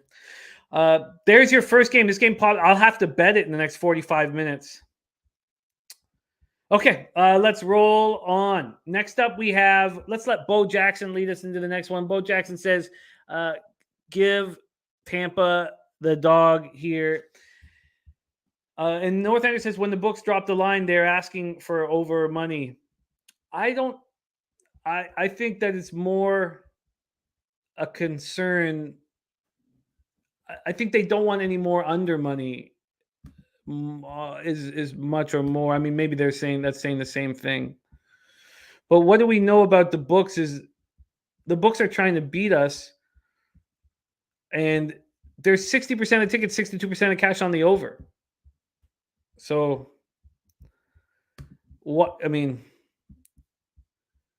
they want more over money, you're saying, and the under is going to cash. I mean, a lot of that makes sense. Okay. And I see why you guys are trying to get under it. But you had 18 hours. No, I'm with you one time. They want to beat the public. They don't want 50-50 anymore. Okay, let's move on to the next game. 3:07 p.m. Eastern, Tampa Bay Rays at Toronto Blue Jays. Rays 79-63, 32-39 on the road. Can you believe they're 7 games under 500 on the road? It's something that we need to take account of because they're often favorites these days on the road. Jays 81-62, 41-30 at home. Rogers Center in Toronto, Ontario. We talked about Bundy Day. It is not just Bundy Day. It is also Rue McClanahan Day. Rue McClanahan was battling for the Cy Young before she got hurt her shoulder. 2.20 ERA, 0.86 whip, 182 Ks and 147 and a third. And a brief IL stint, threw a 50-pitch simulated game on Friday, and he's good to go. It's not clear whether he threw a bullpen session or Monday or Tuesday. He was rolling before the injury. This last start, 6 innings, 4 hits, no earned runs, 9 Ks, 1 walk, and a 4-3 extra inning win at home versus the Angels. On the road, exceptional. 2-2, 2.13 ERA, 156 opponent's batting average. Going up against Kevin Gausman, who's been so good this year everywhere except at home. These splits are strange. 4-6, 4.48 ERA, 317 opponent's batting average. His last start was at the Rangers, and he didn't look good. 5 1/3, 8 hits, 5 earned runs, 2 homers, 9 Ks, 1 walk. I was betting him on every single start, and I stopped when that one game he had when his velocity dropped 3 miles per hour. And since then, I haven't gone back to the window, but he's been good this year. 12-9, 3.31 ERA, 1.25 whip. Rays last 30 against righties, 251, 710 OPS. Jays versus lefties are hitting them 249, 754 OPS. Both bullpens have been very good of late. Weather-wise, 64 Fahrenheit, 4.7 miles per hour out, up to 5.7. Roof will be open. Cash-wise in this one, let's go over to the line history. McClanahan, Gausman. We have a 13-cent move to the Rays, and we have no movement on the total. 13-cent move to the Rays, no movement on the total. And then when we go to the cash flow here, 7,061 tickets in, 53% of the tickets, 73% of the cash on the Rays and the market moving towards them. Then 55% of tickets, 99% of cash on the under. And it's funny because I was under the assumption that this total had gone down to, maybe he was just saying he got in at 7.5. Now it's 7. My bad. It opened at 7.5 and it's dropped to 7. I said open at 7, stayed there. Sorry, my bad. Open at 7.5 and dropped to 7. Take it away for us here. Big Ragoo, big game for the AL East. Rays, Jays. Yeah, you know who's benefiting from this series right now is Seattle Mariners because they're like a half a game back. I knew what going into the series is, they were going to be watching very closely here, and then Toronto's done well, in this this 5 games super series here that they're up by 3-1 right now, I believe, right? They first 3. So if they close this one out, they're going to need it to kind of stay ahead in that wild card spot. But my main concern for the Rays is, of course, McClanahan coming back. But if he's feeling solid, he's had good numbers. 8.6 whip. And your boy Gausman 7.6 whip. With, like you said, kind of strange on the splits, but he's 1-1 with a 1.59 ERA the last 3. So far. So overall, he's had struggles against the Rays. But this year he's been pretty good against them. So. I mean, it bodes well to the under, I think, in depending on McClanahan. If he gets a solid start back, all eyes are going to be on him regarding, how much work. I think they do have him on short work. So you're not going to see him probably go, if I had to guess, I'd say 4, maybe 5 max, maybe 4, he's going to have him on limited work for sure. I know Cash said that. So that being said, if you're going to be interested in Toronto, maybe on a team total over, it might be a good look here. That was the look I was coming up with. I know I think the Blue Jays are 3.5 on a team total. And we know the Rays bullpen is good, but I think they can be hit. So they've been working a lot with the bullpen, a lot of bullpen games. So I like the Toronto team over 3.5, minus 115 is what I got. Jays team total over 3. And congratulations to Vlad Guerrero being the youngest player to hit 100 home runs. It seemed like that was weighing on him for some reason. He got to 99, then was there forever, and so it's a good sign. That was quite a bomb. It was so high, like it was just man. I didn't even know if it was going to get out because he hit it too high. It was just soaring up in the air. And what's his name? Who was at center field? Thought he could get it. It was the launch rate was like 38.5% or something, just like And today's Absolutely. Roberto Clemente Day in MLB too, by the way. Oh wow! Oh nice. I should have known that. Yeah. Man, what a class act he was. Let me get you your team total here. 3.5 minus 110 over at Pinnacle. Sign me up. Half minus 110. I do not know what to do with this one.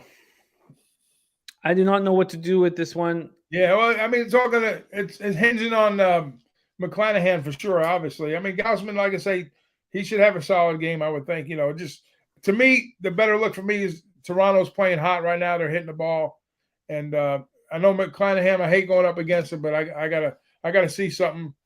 Shoulder impingement, limited work. It could be like a short work for him today, and I can see. I think Toronto's going to get 4 or 5 runs in this game. Maybe not all against McClanahan. They might get 1, maybe 2 off of him, but I see him, going deeper into the game, getting some runs here. All right, let's move on to the next spot on the board. Ragoo is on the Jays team total over 3.5. I'm so interested in the game, but I just don't feel like I can confidently make a move here. Joe Yurkovich says he's on the Pirates at plus 230. We will get to that game because there are 2 teams with full line value here, and they are the Pittsburgh Pirates and the Miami Marlins. Let's talk about this one. Phillies Marlins, Lone Depot Park in Miami, Florida. Noah Syndergaard versus Pablo Lopez. So this is a spot where Dommy Gunn-Ricci is on the over, and I got a message from TJ saying the gift is the Phillies Marlins over 7.5, and this gift bet is 10-1 on the show. So Dommy Gunn and TJ, good company if you also like this over. Why don't we go over to the line history right away here in Phillies, Miami. So back in the day, I would have just immediately tailed this. Now I want to talk it out first, even if that means I'll get a worse line. And I'm not getting a worse line, although the over is now being juiced. It was the under this morning that was being juiced, and there was some concern, I think, from the guys that this under was being juiced. It's now switched. Now the over is at 7.5 at minus 112, and there's a big move to the Marlins. The Marlins open up at plus 133, now down to plus 117. That's a big move, so there must be an expectation that Pablo Lopez is going to have a good start. And I don't know how anyone could have that expectation. As I said, full line value on these Marlins, 6,821 tickets in, 27% of the tickets in, 66% of the cash is on the Marlins. Then 69% of the tickets and 88% of cash is on the over. If so much money is on the over, why have they not moved it to 8? I ask you. Why? Crazy. Syndergaard, 99, 4.09 ERA, 1.28 whip, 87 Ks in 121 innings. That's his full season combined with the Angels and the Phillies. He finally had a couple okay starts with the Phillies. Last out, he went 6 innings, 8 hits, 3 earned runs, 1 homer, 2 Ks, and no walks, and a 5-3 win at home versus lowly Washington. That was the start where he was up against Corbin, and that was last Friday, I believe. So they've given him an extra day here. Pablo Lopez, 8-10, 4.04 ERA, 1.24 whip. The guy used to be lights out at home. This year at home, he's 3-5 with a 5.01 ERA, 253 opponent's batting average. His last start, 3 2/3, 10 hits, 8 earned runs, no homers, 2 Ks, 3 walks, and 11-3 loss at home. Phillies versus righties, 278, 809 OPS last 30 days. Now, because I was making a big point about how no one was hitting over 800 OPS last 30 days. Phillies are now, and one other team's at 801. Marlins versus righties, 203, 583 OPS, and both bullpens have been atrocious. Phillies bullpen, 4.67 ERA, 1.46 whip. Marlins bullpen, 5.13 ERA, 1.74 whip. Ragoo, I have to take care of something really quickly. I'll be right back, but take it away here, Phillies, Marlins. So here's the look on these games. No argument for me on the over, because if you look at Syndergaard starts, since he come over from the trade, he's been pretty good with them overall. He's 4-1, but he comes with some runs attached. He's still giving up like a 4.6 ERA. And Pablo, early on in the season, and the Marlins at home, used to smashing righties, not so much this year. But Noah Syndergaard, when he's faced these Marlins on the road, I think on the road in general, he's at 2-6 with a 5.06 ERA. On the road. So he's had his struggles on the road for sure. Now, the Marlins bats, they could be questionable. The key here, too, is with Philly was getting healthy, and Hodgkins, it was holding it down when Harper was out. And when Harper's coming back, a little boost in the offense, which I thought I preached this early on. I says if Philly stays healthy and they can, Hodgkins does what I think he's going to do, come this time of year, they're going to be playoff bound, which they already are, and they're holding their own. But watch out for this kid, the call-up kid the other night. He went 0 for 2 in his first game, and then he went 3 for 3 last night. The rookie, the third baseman, Jordan Groshans. Look out for this kid. He's going to kind of have to, kind of support, the rest of the squad here. And I think he's going to be a star player for them going forward. So now's that time of the year where you see these call-ups, not so much for the playoff teams, but for the teams like the Marlins, the D-backs, the lower level teams, trying to work these kids in the lineup. And then when you get these injuries, there's a perfect example. They can plug and play them in there. So I don't have an argument with any of these guys on this team over, full game over. I was leaning towards a Philly team total over, but now I'm a little nervous because you say full line value on the Marlins, huh? We were expecting a good start with Pablo. Pablo's a guy I usually like to back, and when I get plus money on Pablo, I'm usually in on it. But it hasn't worked out more lately, for him in that angle. But I don't have an argument on the over either way. But man, that's a scary thought because I figured I had Philly pegged for a nice spot here. I mean, we're looking at what? 135 plus 115 for the Marlins. And then what's the total? Is it sitting at 7 or 7.5 right now? 7.5, and it's now juiced to the over. It's juiced to the over. It's now juiced to the over. It wasn't before, and that must have concerned these over bettors because 69% of the tickets and 88% of the cash is on the over. So you'd want to. I see Razor putting 200 on the Marlins at plus 115. Well, this is a legitimate big move to the Marlins. You have 16-cent move to the Marlins to Pablo Lopez, who's got a 5 ERA at home this year. He's coming off getting destroyed by the Mets at home. This is one of those spots where you'd have to decide how you cap things, because if you just cap the numbers and the players in the game alone, I agree. The over 7.5 is a really good looking spot. Mm-hmm. But if you add the market into it, it could be enough to keep you off. Or on the other hand, have you bet the Marlins? Yeah, well, like I say, used to be Marlins would be a great bet to smash righties, especially Syndergaard with his struggles on the roads. He's better at home than definitely on the road. So maybe that's weighed in also.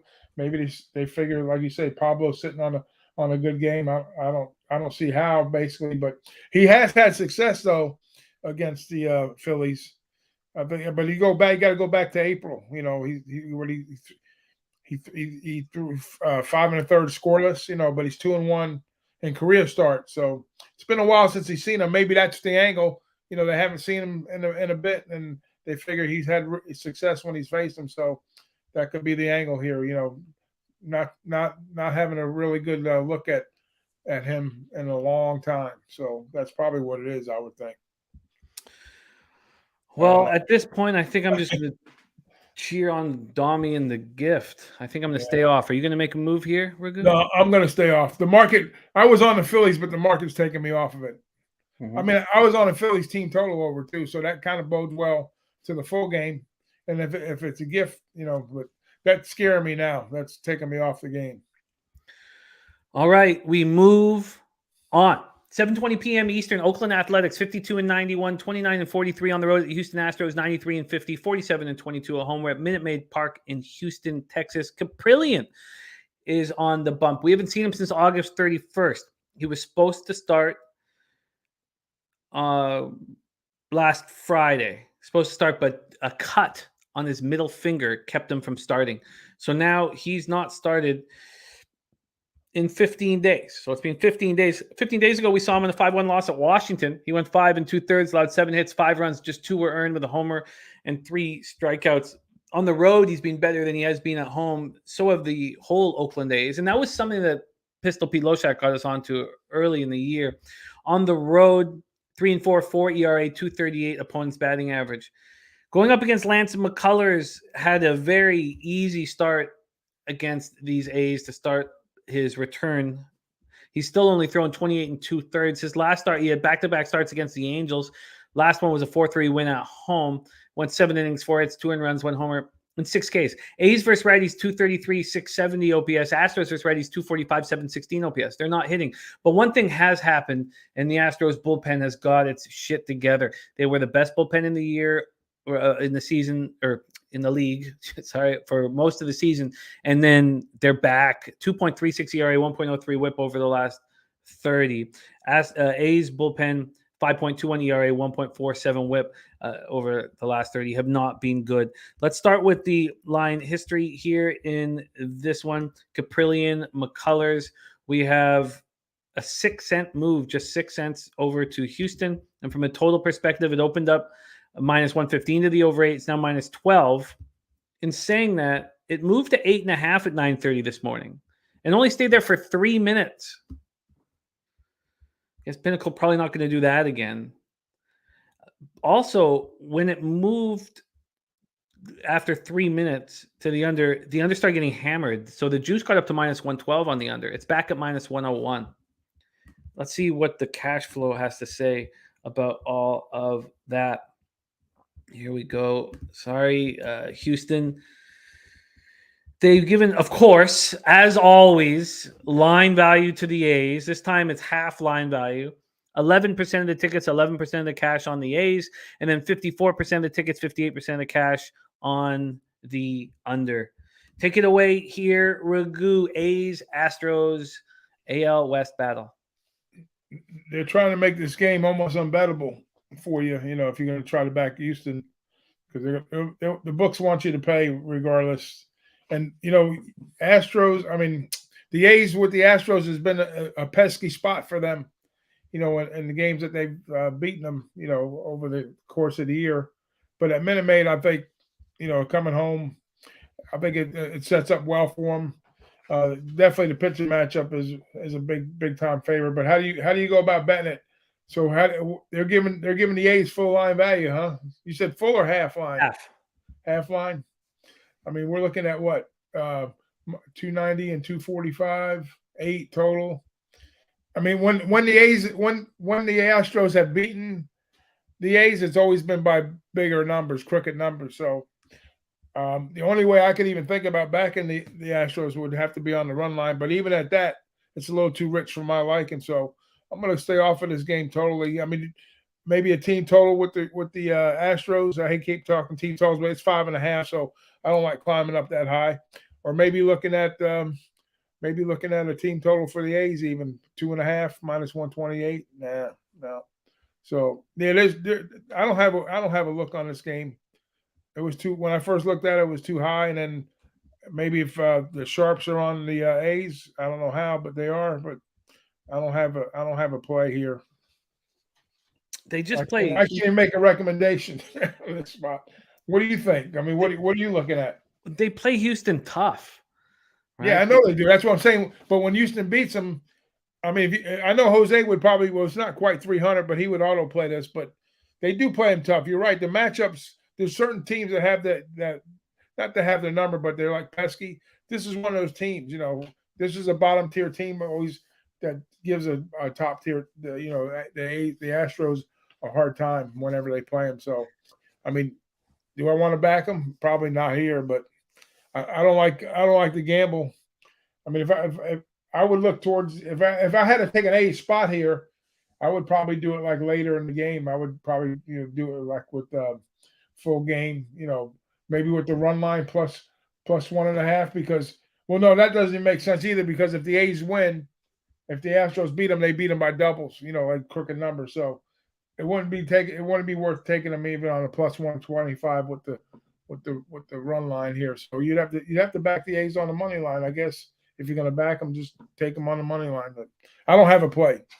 The A's swept Houston at home. At home, right. July 25th through 27th. And then Houston swept the A's in Houston in August.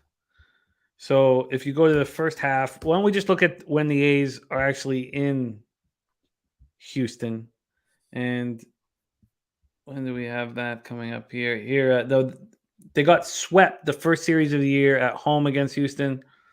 And then they went in. Oh, no, that was at home again. So then they won 2 of 3 at Houston in July. Wow. In early July. And then, so they won 5 of 6 games against the Astros in July. And then Houston came back and swept them. Yeah, this does not appeal to me at all.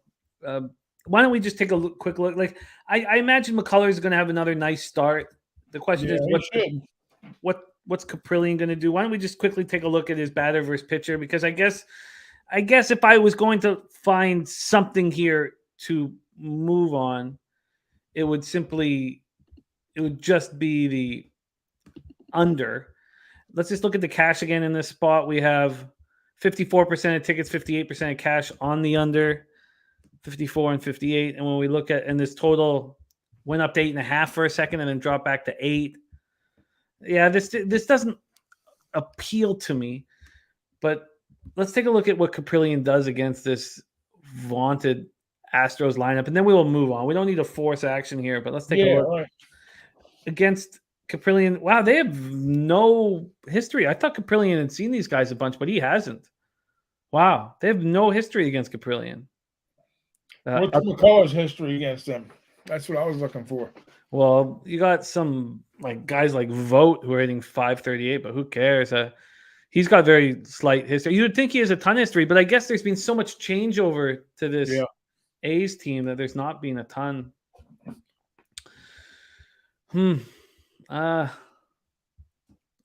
you, Bedwood J. Great to have you here, man. We love knowing what you're on, man, as well. Eric Jones on the over 8. I guess the first 5 under would be something that would. Yeah, I was going to say maybe an underlook, a small underlook here, possibly. Because the full game is 8, right? That first 5 under 4.5 minus 125, though, that's just too juiced for me. I'm sure other people can get it cheaper. I'm gonna leave it as a possible here. See if the over gets hit a little harder by the public later on in the day. But we are off that game. Let's roll on to the other game where Sports Insights is giving a team full line value. That's the Pittsburgh Pirates. Pirates 55 and 88, 27-45 on the road at the New York Mets, 89 and 55, 46 and 26 at home. Citi Field in Queens, New York. Look, I like JT Brubaker.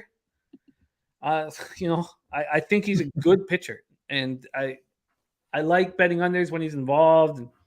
Now he's 3-11 on the year with a 4.36 ERA, 1.42 WHIP, has 140 Ks and 138 in the third. His last start was at home to the Cards, and he was good. He had a quality start: 6 innings, 6 hits, 3 earned runs, 2 homers, 3 Ks, 2 walks, a 7.5 loss. On the road, he's 0-7, but he's been good. 3.88 ERA, 256 opponent's batting average. Going up against Cookie Carrasco, I never really know anymore what Cookie's going to give you. He's 14-6. He's had a good year, 3.80 ERA, 1.30 WHIP. His last start at Miami was an 11-3 win. He went 6 innings, allowed 4 hits and 1 earned run. At home, he's been good, better than he is on the road. At home, 8-2, 3.35 ERA, 269 opponent's batting average. Pirates first righties, 229, 667. Mets first righties, 272, 775. Pirates bullpen, 5.20 ERA, 1.45 WHIP, while the Mets bullpen, 3.55 ERA, 1.35 WHIP. So let's start with the weather over at Citi. Take a look at what that is today. Today over at Citi Field. Oh, did I pass it? Here we go. 72 Fahrenheit, 7.6 miles per hour in. 7.6 to 7 miles per hour in. So that will help the pitchers a little. Let's take a look at the line history in this one. Brubaker versus Cookie. We have the Mets opening up at minus 239. They're now minus 245, a 6-cent move towards them at Pinnacle. And this 8 went to 7.5. This 8 went to 7.5 in 51 minutes. That's how long it took for it to drop to 7.5. And it stayed at 7.5. And that 7.5 is now juiced quite heavily at minus 117. Take a look at the cash flow. Feels like this is all lining up for and under. 7,300 tickets in. You have 22% of the tickets in, 66% of the cash on the Pirates. Huge sharp money on the Pirates. Then it's 50-50 on the total, but 58% of the cash is on the under. This is telling me that this is an under, is what it's telling me. Take it away for us, Ragoo. We have Pirates and Dommy Guns Mets in action. Oh, you're muted, my man. Yeah, I got it. I'm sorry about that. But I was like, poor Dommy Guns Mets of late. They're supposed to have not an easy September, but a lighter schedule September to help their cause going forward, just like my Yanks. But same thing. But it's the major leagues, and when the bottom feeders, they jump up and they bite hard. So yeah, Carrasco, he definitely the splits favor him at home. Brubaker, I think he's a better pitcher, absolutely, than his record indicates at 3-13.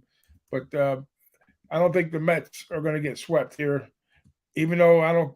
Whatever we get on the full value on the Pirates, it's always those teams that always get the full value that people, they don't want to back, but they jump up and bite you in the ass. But one thing that the Mets do really well when Carrasco pitches is score runs. I know he had 2 rough outings against the Braves that he lost a while back. Let me see. I have to go back and look at his last splits here on his. Let's see. I just had that up. So he lost to the Braves like 11-1 last out, and then where's the other game here? Anyways, I lost it now. But anyways, Carrasco with the Mets and Carrasco, they do usually give him pretty good run support. I'm a little concerned again. Here we go again with this line value, but I think the hiccups they've had along in the Cubs series and this series here. I think this is a spot for them to kind of back him up. I think he can hold them down. I'm gonna look for the double up spot on the Mets here. I think we get the Mets at a decent number too. Let's see. So I'm looking at the Mets on the first 5 minus a half a run, and I'm going to take team total over Mets. Okay, that's how you do the double up. Let's find you the best line right now on the minus a half. Here, sorry, let me just do this. See, I can do some quick line shopping here. I think first 5 run line. It's probably the biggest run line I bet this year. not the run line. Yeah, the minus half first 5.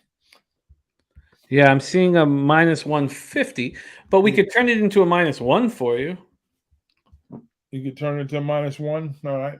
I mean, I did that yesterday. I've been doing that quite a bit actually on the first 5. Because some of these numbers are getting big, late down the stretch with these matchups, with these 300s and 2As and stuff. So, but I like the spot for the Mets here. I want to get involved, but I can't stop missing opportunities. I don't want the risk to reward sometimes doesn't work out my way, but this is probably the highest price I laid all season.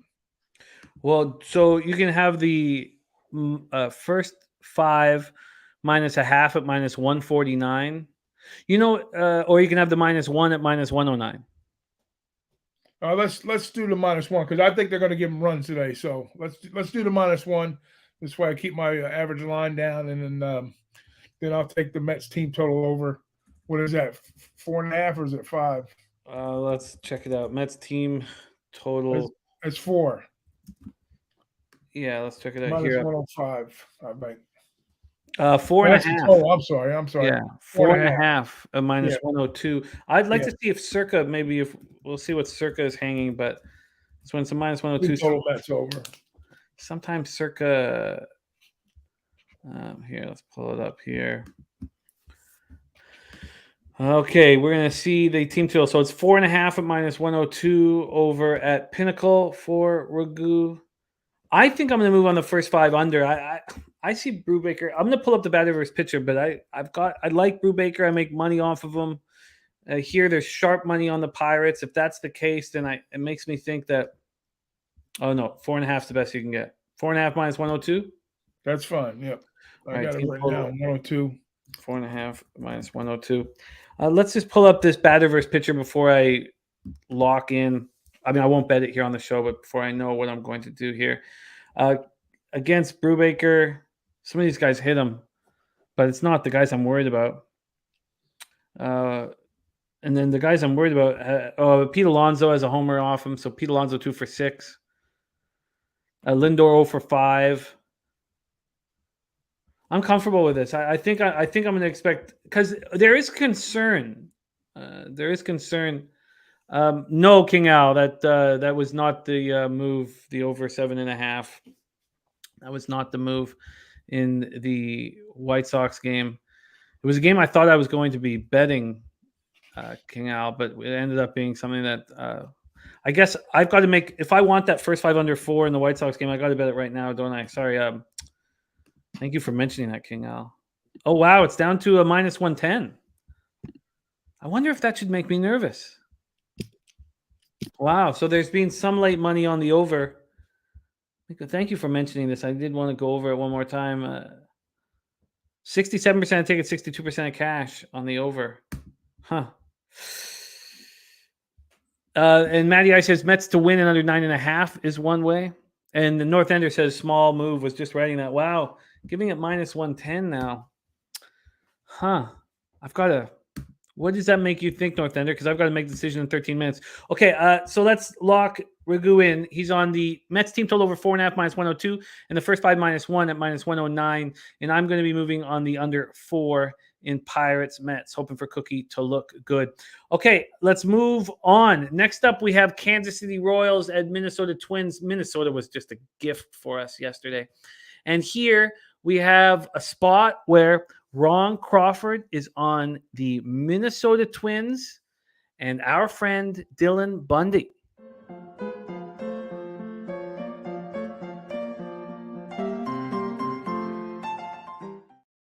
This is the man. This is the man that Ron Crawford is backing here. Wow. Should we follow suit? Let's break it down. Target Field in Minneapolis, Minnesota. We will start with the weather in Minnesota. 84 Fahrenheit, 12.2 miles per hour, left to right across the diamond.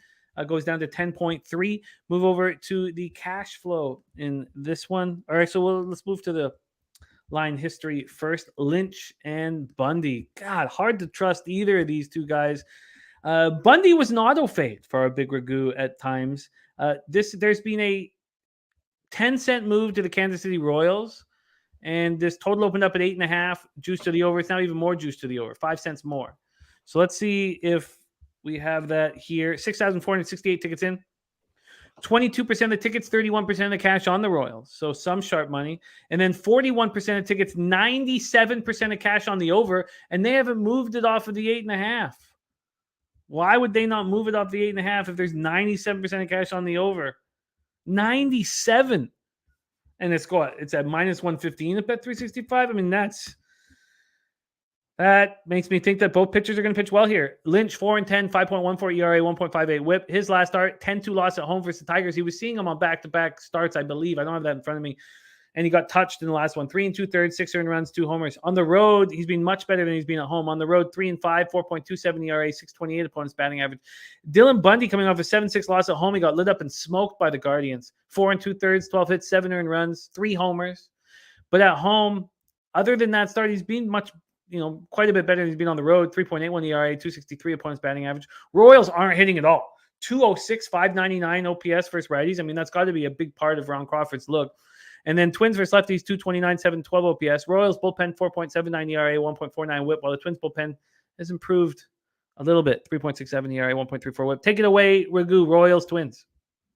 Yeah, well, Bundy, like you said, is one of the guys I used to fade audibly, but he's been pitching a lot better since the second half of the season. And Lynch has been a cash machine to go up against in spots, without question. And the concerning issues I have here is with the KC bats, not being able to hit if you're going to back Kansas City. So I'm not a big fan of Bundy, but I like his more recency. I think it's a good matchup for him against the Twins here. I mean, against the Royals here. But I kind of like that first 5 under look. I think the market's kind of telling us that, that with the way things are going, that we should get a good look here for a first 5 under. I'm expecting a little better effort out of Lynch, and even though maybe he comes back a little bit to the middle on Bundy's start. So I like the first 5 under. I'm going to be on that. Well, let's lock it in for you. I've got this all loaded up for me to make this first 5 under bet. I wonder if I should. I mean, is it just public money pushing it over, or is it sharp money pushing it over? I mean, it's shaded. What is it, like 115 on the under? I'm talking about the game that's popping off in 9 minutes. You're talking about your game? Yeah, I'm sorry. White Sox. I've got it all set up to bet here, and I'm just I think I'm just gonna let it go instead. I think I'm gonna let it go. I'm gonna let go. I'm gonna let go. Okay. Okay. Sorry about that. Hey, can you give me Lynch's numbers versus the Twins past? Absolutely. I'll get that for you right now. Lynch against these Twinkies. They get to him. Carlos Correa hitting .412 against them in 17 at bats. Actually, that's the only one who really has. Jose Miranda's 4 for 8 with a home run and 2 ribbies. Those are the bats you need. I mean, Gilberto Celestino is 375 and 8 at bats. But the Arise is 1 for 5. Kepler is 1 for 7. Sanchez is 1 for 9. And Urshela is 0 for 8. Yeah, all right. I'll stick with that play. I'll get the 5 runs. I'll stay there with it. I mean, even if he gets touched a little bit, I don't think their bats are going to push anything forward. Even though Bundy, like I say, is a guy that I usually fade, but I think maybe he bounces back after that last rough start he had last time. I think he throws it a little better and if we can hold him down just a wee bit on with the lefties. I'm gonna see. How about how they hit lefties lately? Let me check out the lefties on. I got it right here. The last couple of weeks. Let me see. Last 30, they're hitting 229, 712 OPS. This could be a really sharp look. It could be a really sharp look because, as I said, 97% of cash is on the over, and they're not really moving it. The Yanks are dead last against lefties. Last 2 weeks. I hear you, Ixnez. I'm going to let it go. I just have it. There's something. It just doesn't all line up for me. I'm going to let 721, 261. Yeah, they're right in the middle. The Twins are. I'll gamble a little bit. I'll go with that. Give me the first 5 under. I will do just that. Okay. Let's lock this in for you here. Go over and see what Pinnacle is offering you because the 4.5 is plus money. I wonder if you can get a 5 or what that would cost you here. So we're moving over and backing Bundy,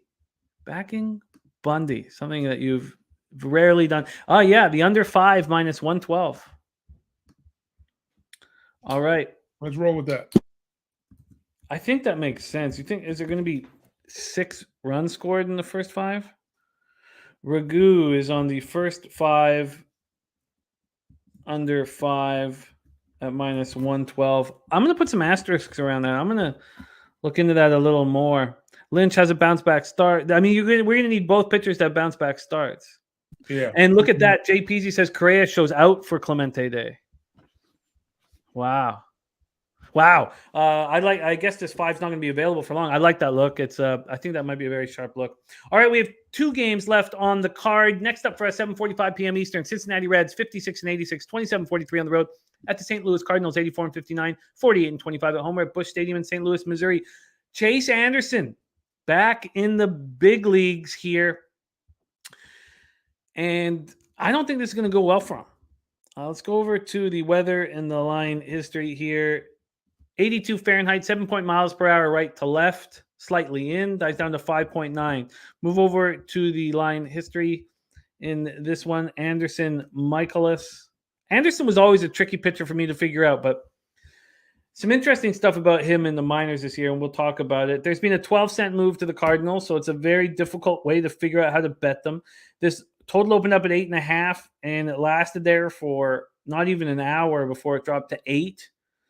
It is juiced to the over at this point. When we take a look at the cash flow in this one, we have, here we go, Reds, Cardinals. 6,834 tickets in, 83% of tickets, 90% of the cash on the Cardinals, and 47% of tickets, 78% of cash on the over. But it's dropped a half run. Wow. So Chase Anderson, he had 3 starts with the Rays franchise, and he went 3-0, and they let him go. So went over to Toledo, and overall between both squads, he's 7-3 with a 4.50 ERA, 1.33 WHIP, 80 innings, 72 Ks. Surprised that nobody picked him up, and he had decent numbers. He's coming off a 5-1 loss at the Brewers. I know that meant a lot to him, that one, because he was had a big chunk of his career in Milwaukee, 4 innings, 1 hit, 2 earned runs, 1 homer, 5 Ks, 3 walks. And this is a really tough spot. Going up against Michaelis, who's coming off a bad start at Pittsburgh in an 8-2 loss, 5 innings, 8 hits, 4 earned runs, 1 homer, 8 Ks, and 2 walks. At home, he's 6-2 with a 2.23 ERA, 188 opponent's batting average. Reds versus righties, 235, 692. Cards versus righties last 30 days, 272, 801. And they have similar bullpens over the last 30 days. Interesting spot here. Take it away for us, Ragoo. Reds card. Yeah, very interesting spot. With like I said, with Anderson, he got traded away, and Mikolas, he's been okay. He's 11-11. He's allowed four more runs as 3 of his past 4, so 4 more runs here. So I think I'm not sold on the Cardinals here at that big number. That's a big number for me. Even though Anderson, it might not get any easier from, but they're going to be average. If it was a left-handed pitcher, they'd be smashing this spot here. But against the righty and the Rays got cut away, and you would think he would land somewhere. Somebody trying to shore up, with the drop coming back though. Like I said, these are those spots. Another one of those spots where they're calling guys up from different avenues and add-ins, to kind of fill out the roster, looking for next year's starters, guys that kind of work into the lineup. This could be a tricky spot for St. Louis. This could be, the Reds bats have been good at times, and at home it'd have been a little different. But this is a classic central matchup here. This could very easily be a 1-run game here. I'm not probably going to get to the window with it, but my look would be take the +1.5 at a plus price with the Rays. With the Reds. I think Anderson, not say he's going to have a great game, but I think Mikolas could get touched. Right? This could be one of those 5-4, 4-3 type ball games, and that would be a lean for me taking Cincinnati +1.5 runs. Well, Joe Yurkovich agrees. He says that the Reds have full line value according to the Joe Yurkovich Sportsbook and Brothel. That sounds like a place I want to visit. That's a point. He needs to open one up out in Vegas somewhere, out on the outskirts of Vegas. Yeah, or down in Costa Rica. Costa Rica, yeah. Reds, Cardinals. Where's Joe live? Do you know? Sorry, my man? Where does Joe live? I don't know. Where Joe lives. I'd love to know. I don't know. Reds, Cardinals, no action here. You got me off. It was a very difficult way to bet the Cardinals. I wonder if Chase Anderson, that last start meant so much to him and still be able to fire here. Yeah, you never know. He could pop up and throw, if he was in the Rays organization, trust me, he's a candidate. But the Rays didn't want him. I know it. But they had interest in him once upon a time. So. Yeah, no doubt. All right, let's move on to the final game on the board. Chase Field in Phoenix, Arizona. Man, did I beat myself up for not taking the Diamondbacks' first 3 yesterday. But Michael Grove ended up pitching fine, 2 earned runs over 5. But I just had this feeling that was the play, and I didn't move on it. I just didn't feel the risk reward was apt, but I should have. Padres, Diamondbacks, Sean Manaea going up against Dre Jameson, 25-year-old first-round pick, 34th overall out of Ball State 2019. And his stats are wild. The fact that he's been given... Now, this has been a situation where I've made mistakes with, and I want to talk about it. So I'll talk about the situation after I set up the game. So we're in Arizona, Manaea versus Jameson. Manaea 7-8, 5.23 ERA, 1.36 whip, 139 in the third, 142 Ks, 46 walks, 26 home runs. He's been terrible. They skipped his last start. That's how bad he's been. His last appearance was 5 days ago, so he's still on the right rotation. 1 inning, 1 hit, no earned runs, 2 Ks, no walks, and 8-4 loss home versus the Dodgers. His last start was also against the Dodgers at Chavez Ravine, and he got destroyed. 4 1/3, 9 hits, 8 earned runs. On the road, he's been so bad this year. 2-5, 6.27 ERA, 275 opponent's batting average. Going up against Dre Jameson. So this 25-year-old, he just turned 25. So he went into AA Amarillo, started 4 games, and was awesome. 23 Ks and 4 walks over 18 2/3. He went 2-1, 2.41 ERA, 0.91 whip. Immediately gets thrown up to Reno. In Reno, he's been destroyed. And we know what it's like in the PCL league, but just absolutely killed. 5-12, 6.95 ERA, 1.59 WHIP. He's allowed 21 home runs in 114 innings, and he gets called up. Padres are not hitting righties right now, 211, 643. Diamondbacks are not hitting lefties over the last 30, 213, 591. And both bullpens are terrible, absolutely terrible. Matty Ice's Diamondbacks team total over 3.5 is on his card. Wow. Let's take a look at the line history here and take a look at the cash flow.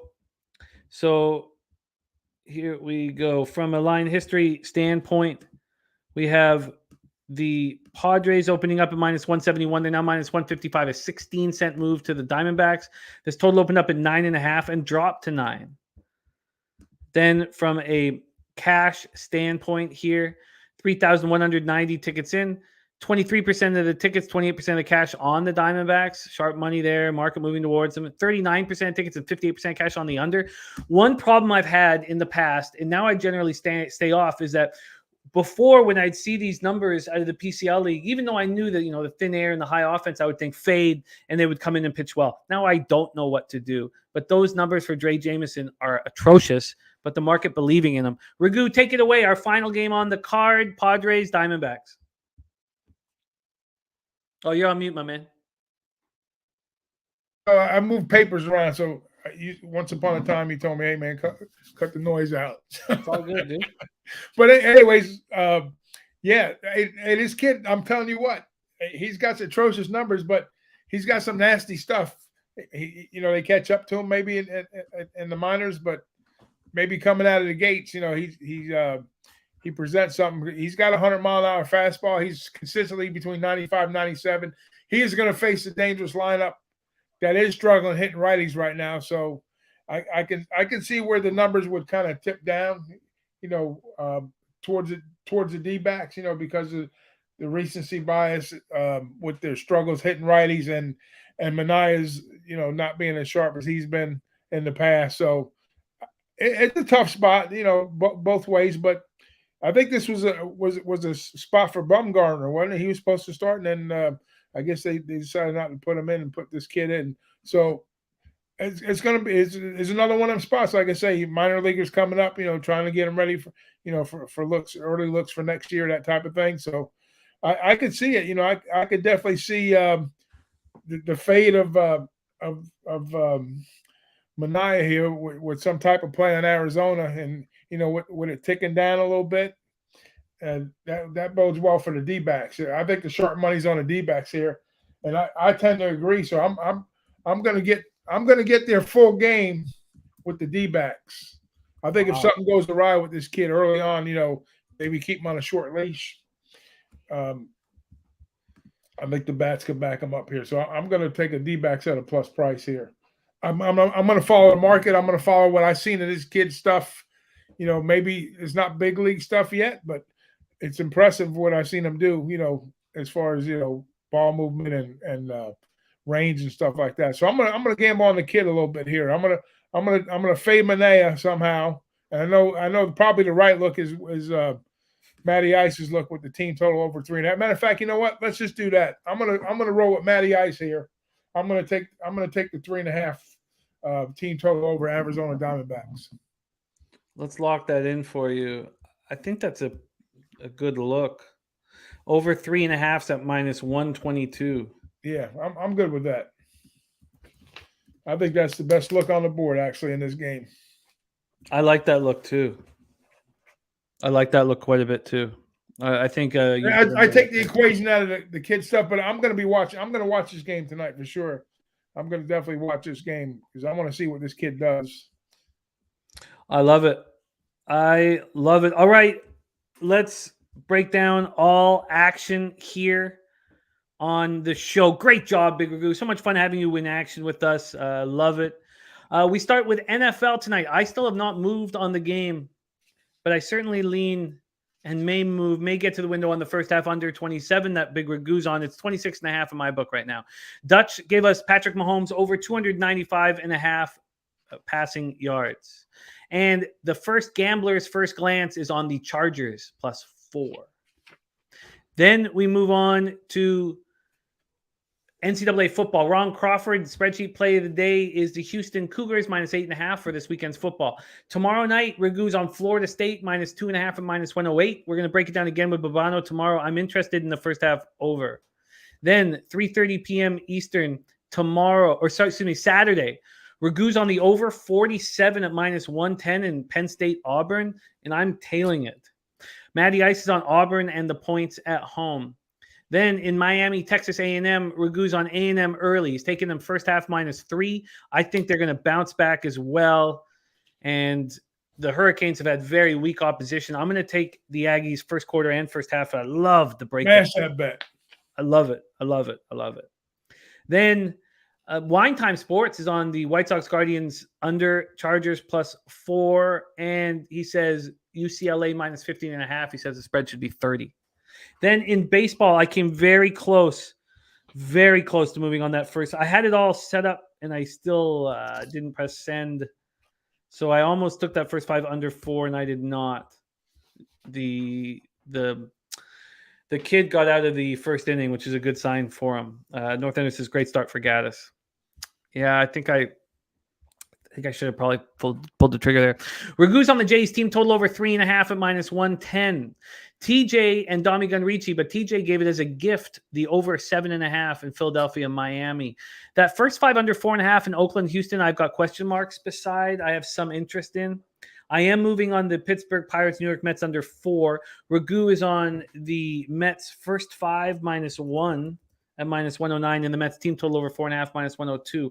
Ragoo's on the first 5 under 5 at -112 in Kansas City, Minnesota. I have interest in that look. Reds, Cardinals, we both stayed off, and Ragoo moved on the Diamondbacks over 3.5 team total. I would like to move on that, but before I say that I will, I would just like to see what is being offered at my situation, and it is 3.5 -125. I'm going to come with you guys on that. I'm going to join you. And then Summers are for Taint. Tulane, Kansas State, full game over 47.5. That's the David Summers, Matty Ice combo there. I'll share that again with everybody when we break down the college football slate tomorrow. Thank you for sharing that with us. Copied and pasted. All right. There you have it. Thank you guys so much. Ragoo, what a treat it is to roll with you, my man. I enjoy having you on the show immensely. You can catch Ragoo again on our big NCAA football Saturday morning NCAA Pub Hub show at 10 a.m. Eastern, 10 a.m. sharp. Ragoo, my man, thank you. I love capping with you. You want to put there's some big stuff. Let me just say a couple announcements here. We have today at 3:10. Usually at 2 o'clock, we'd have our big Cappers Contest show. We moved it to Wednesday for Jose as he's on vacation. But starting next week, we'll be back on Thursdays at 2 p.m. And our bets are in on that show. For those of you who are rolling with us and following along, it's a pretty interesting card. Makes me extremely nervous. But the chat picks it. We have the Texans as the number 1 pick at plus 10.5, 78%. That makes me so nervous. Number 2 is the Colts, 75%. I kind of like that. Number 3, 73%. The Dolphins. I do like that. Number 4, the Bucks. I wonder if Circa is going to hang in -2.5. And then the 5th pick is the Bengals at -8. Well, we think it's going to be -8. So that's our spot there. And then we have our prize picks show with our guy Sharpie. He's put out an NFL video. He's got a player prop on an NFL video. You can see that on our Pub Sports Radio YouTube page. Then 4:20, the Daily Sesh. And then a huge show tonight, live bet stream right here on Pub Sports Radio for the big Thursday Nighter Chargers. Hey, that's a day and a half, isn't it? That's a solid day. All good entertainment, all good, great information. Yeah, it's fun here. We're locked and loaded at Pub. We have so many shows popping off. Ragoo, my man, could you put a bow on this show? Know that you're so loved and let's us into the future. I always love coming on with you, Jimmy. You know, you got a place in my heart forever, my man. So does in the chat and all the guys at Pub, you know, on the back crew, you know, with Slaughter and Jose. Jose, I'm glad you got to see Torres with that inside the park Little League home run yesterday, by the way. So that's a sweep for the Yanks. Thank God for that. But anyways, yeah, man, it's always a pleasure being on with you guys, especially you, Jimmy. And like I say, you know, all we got to do is do one thing, right? Leche Alo's Bookmakers.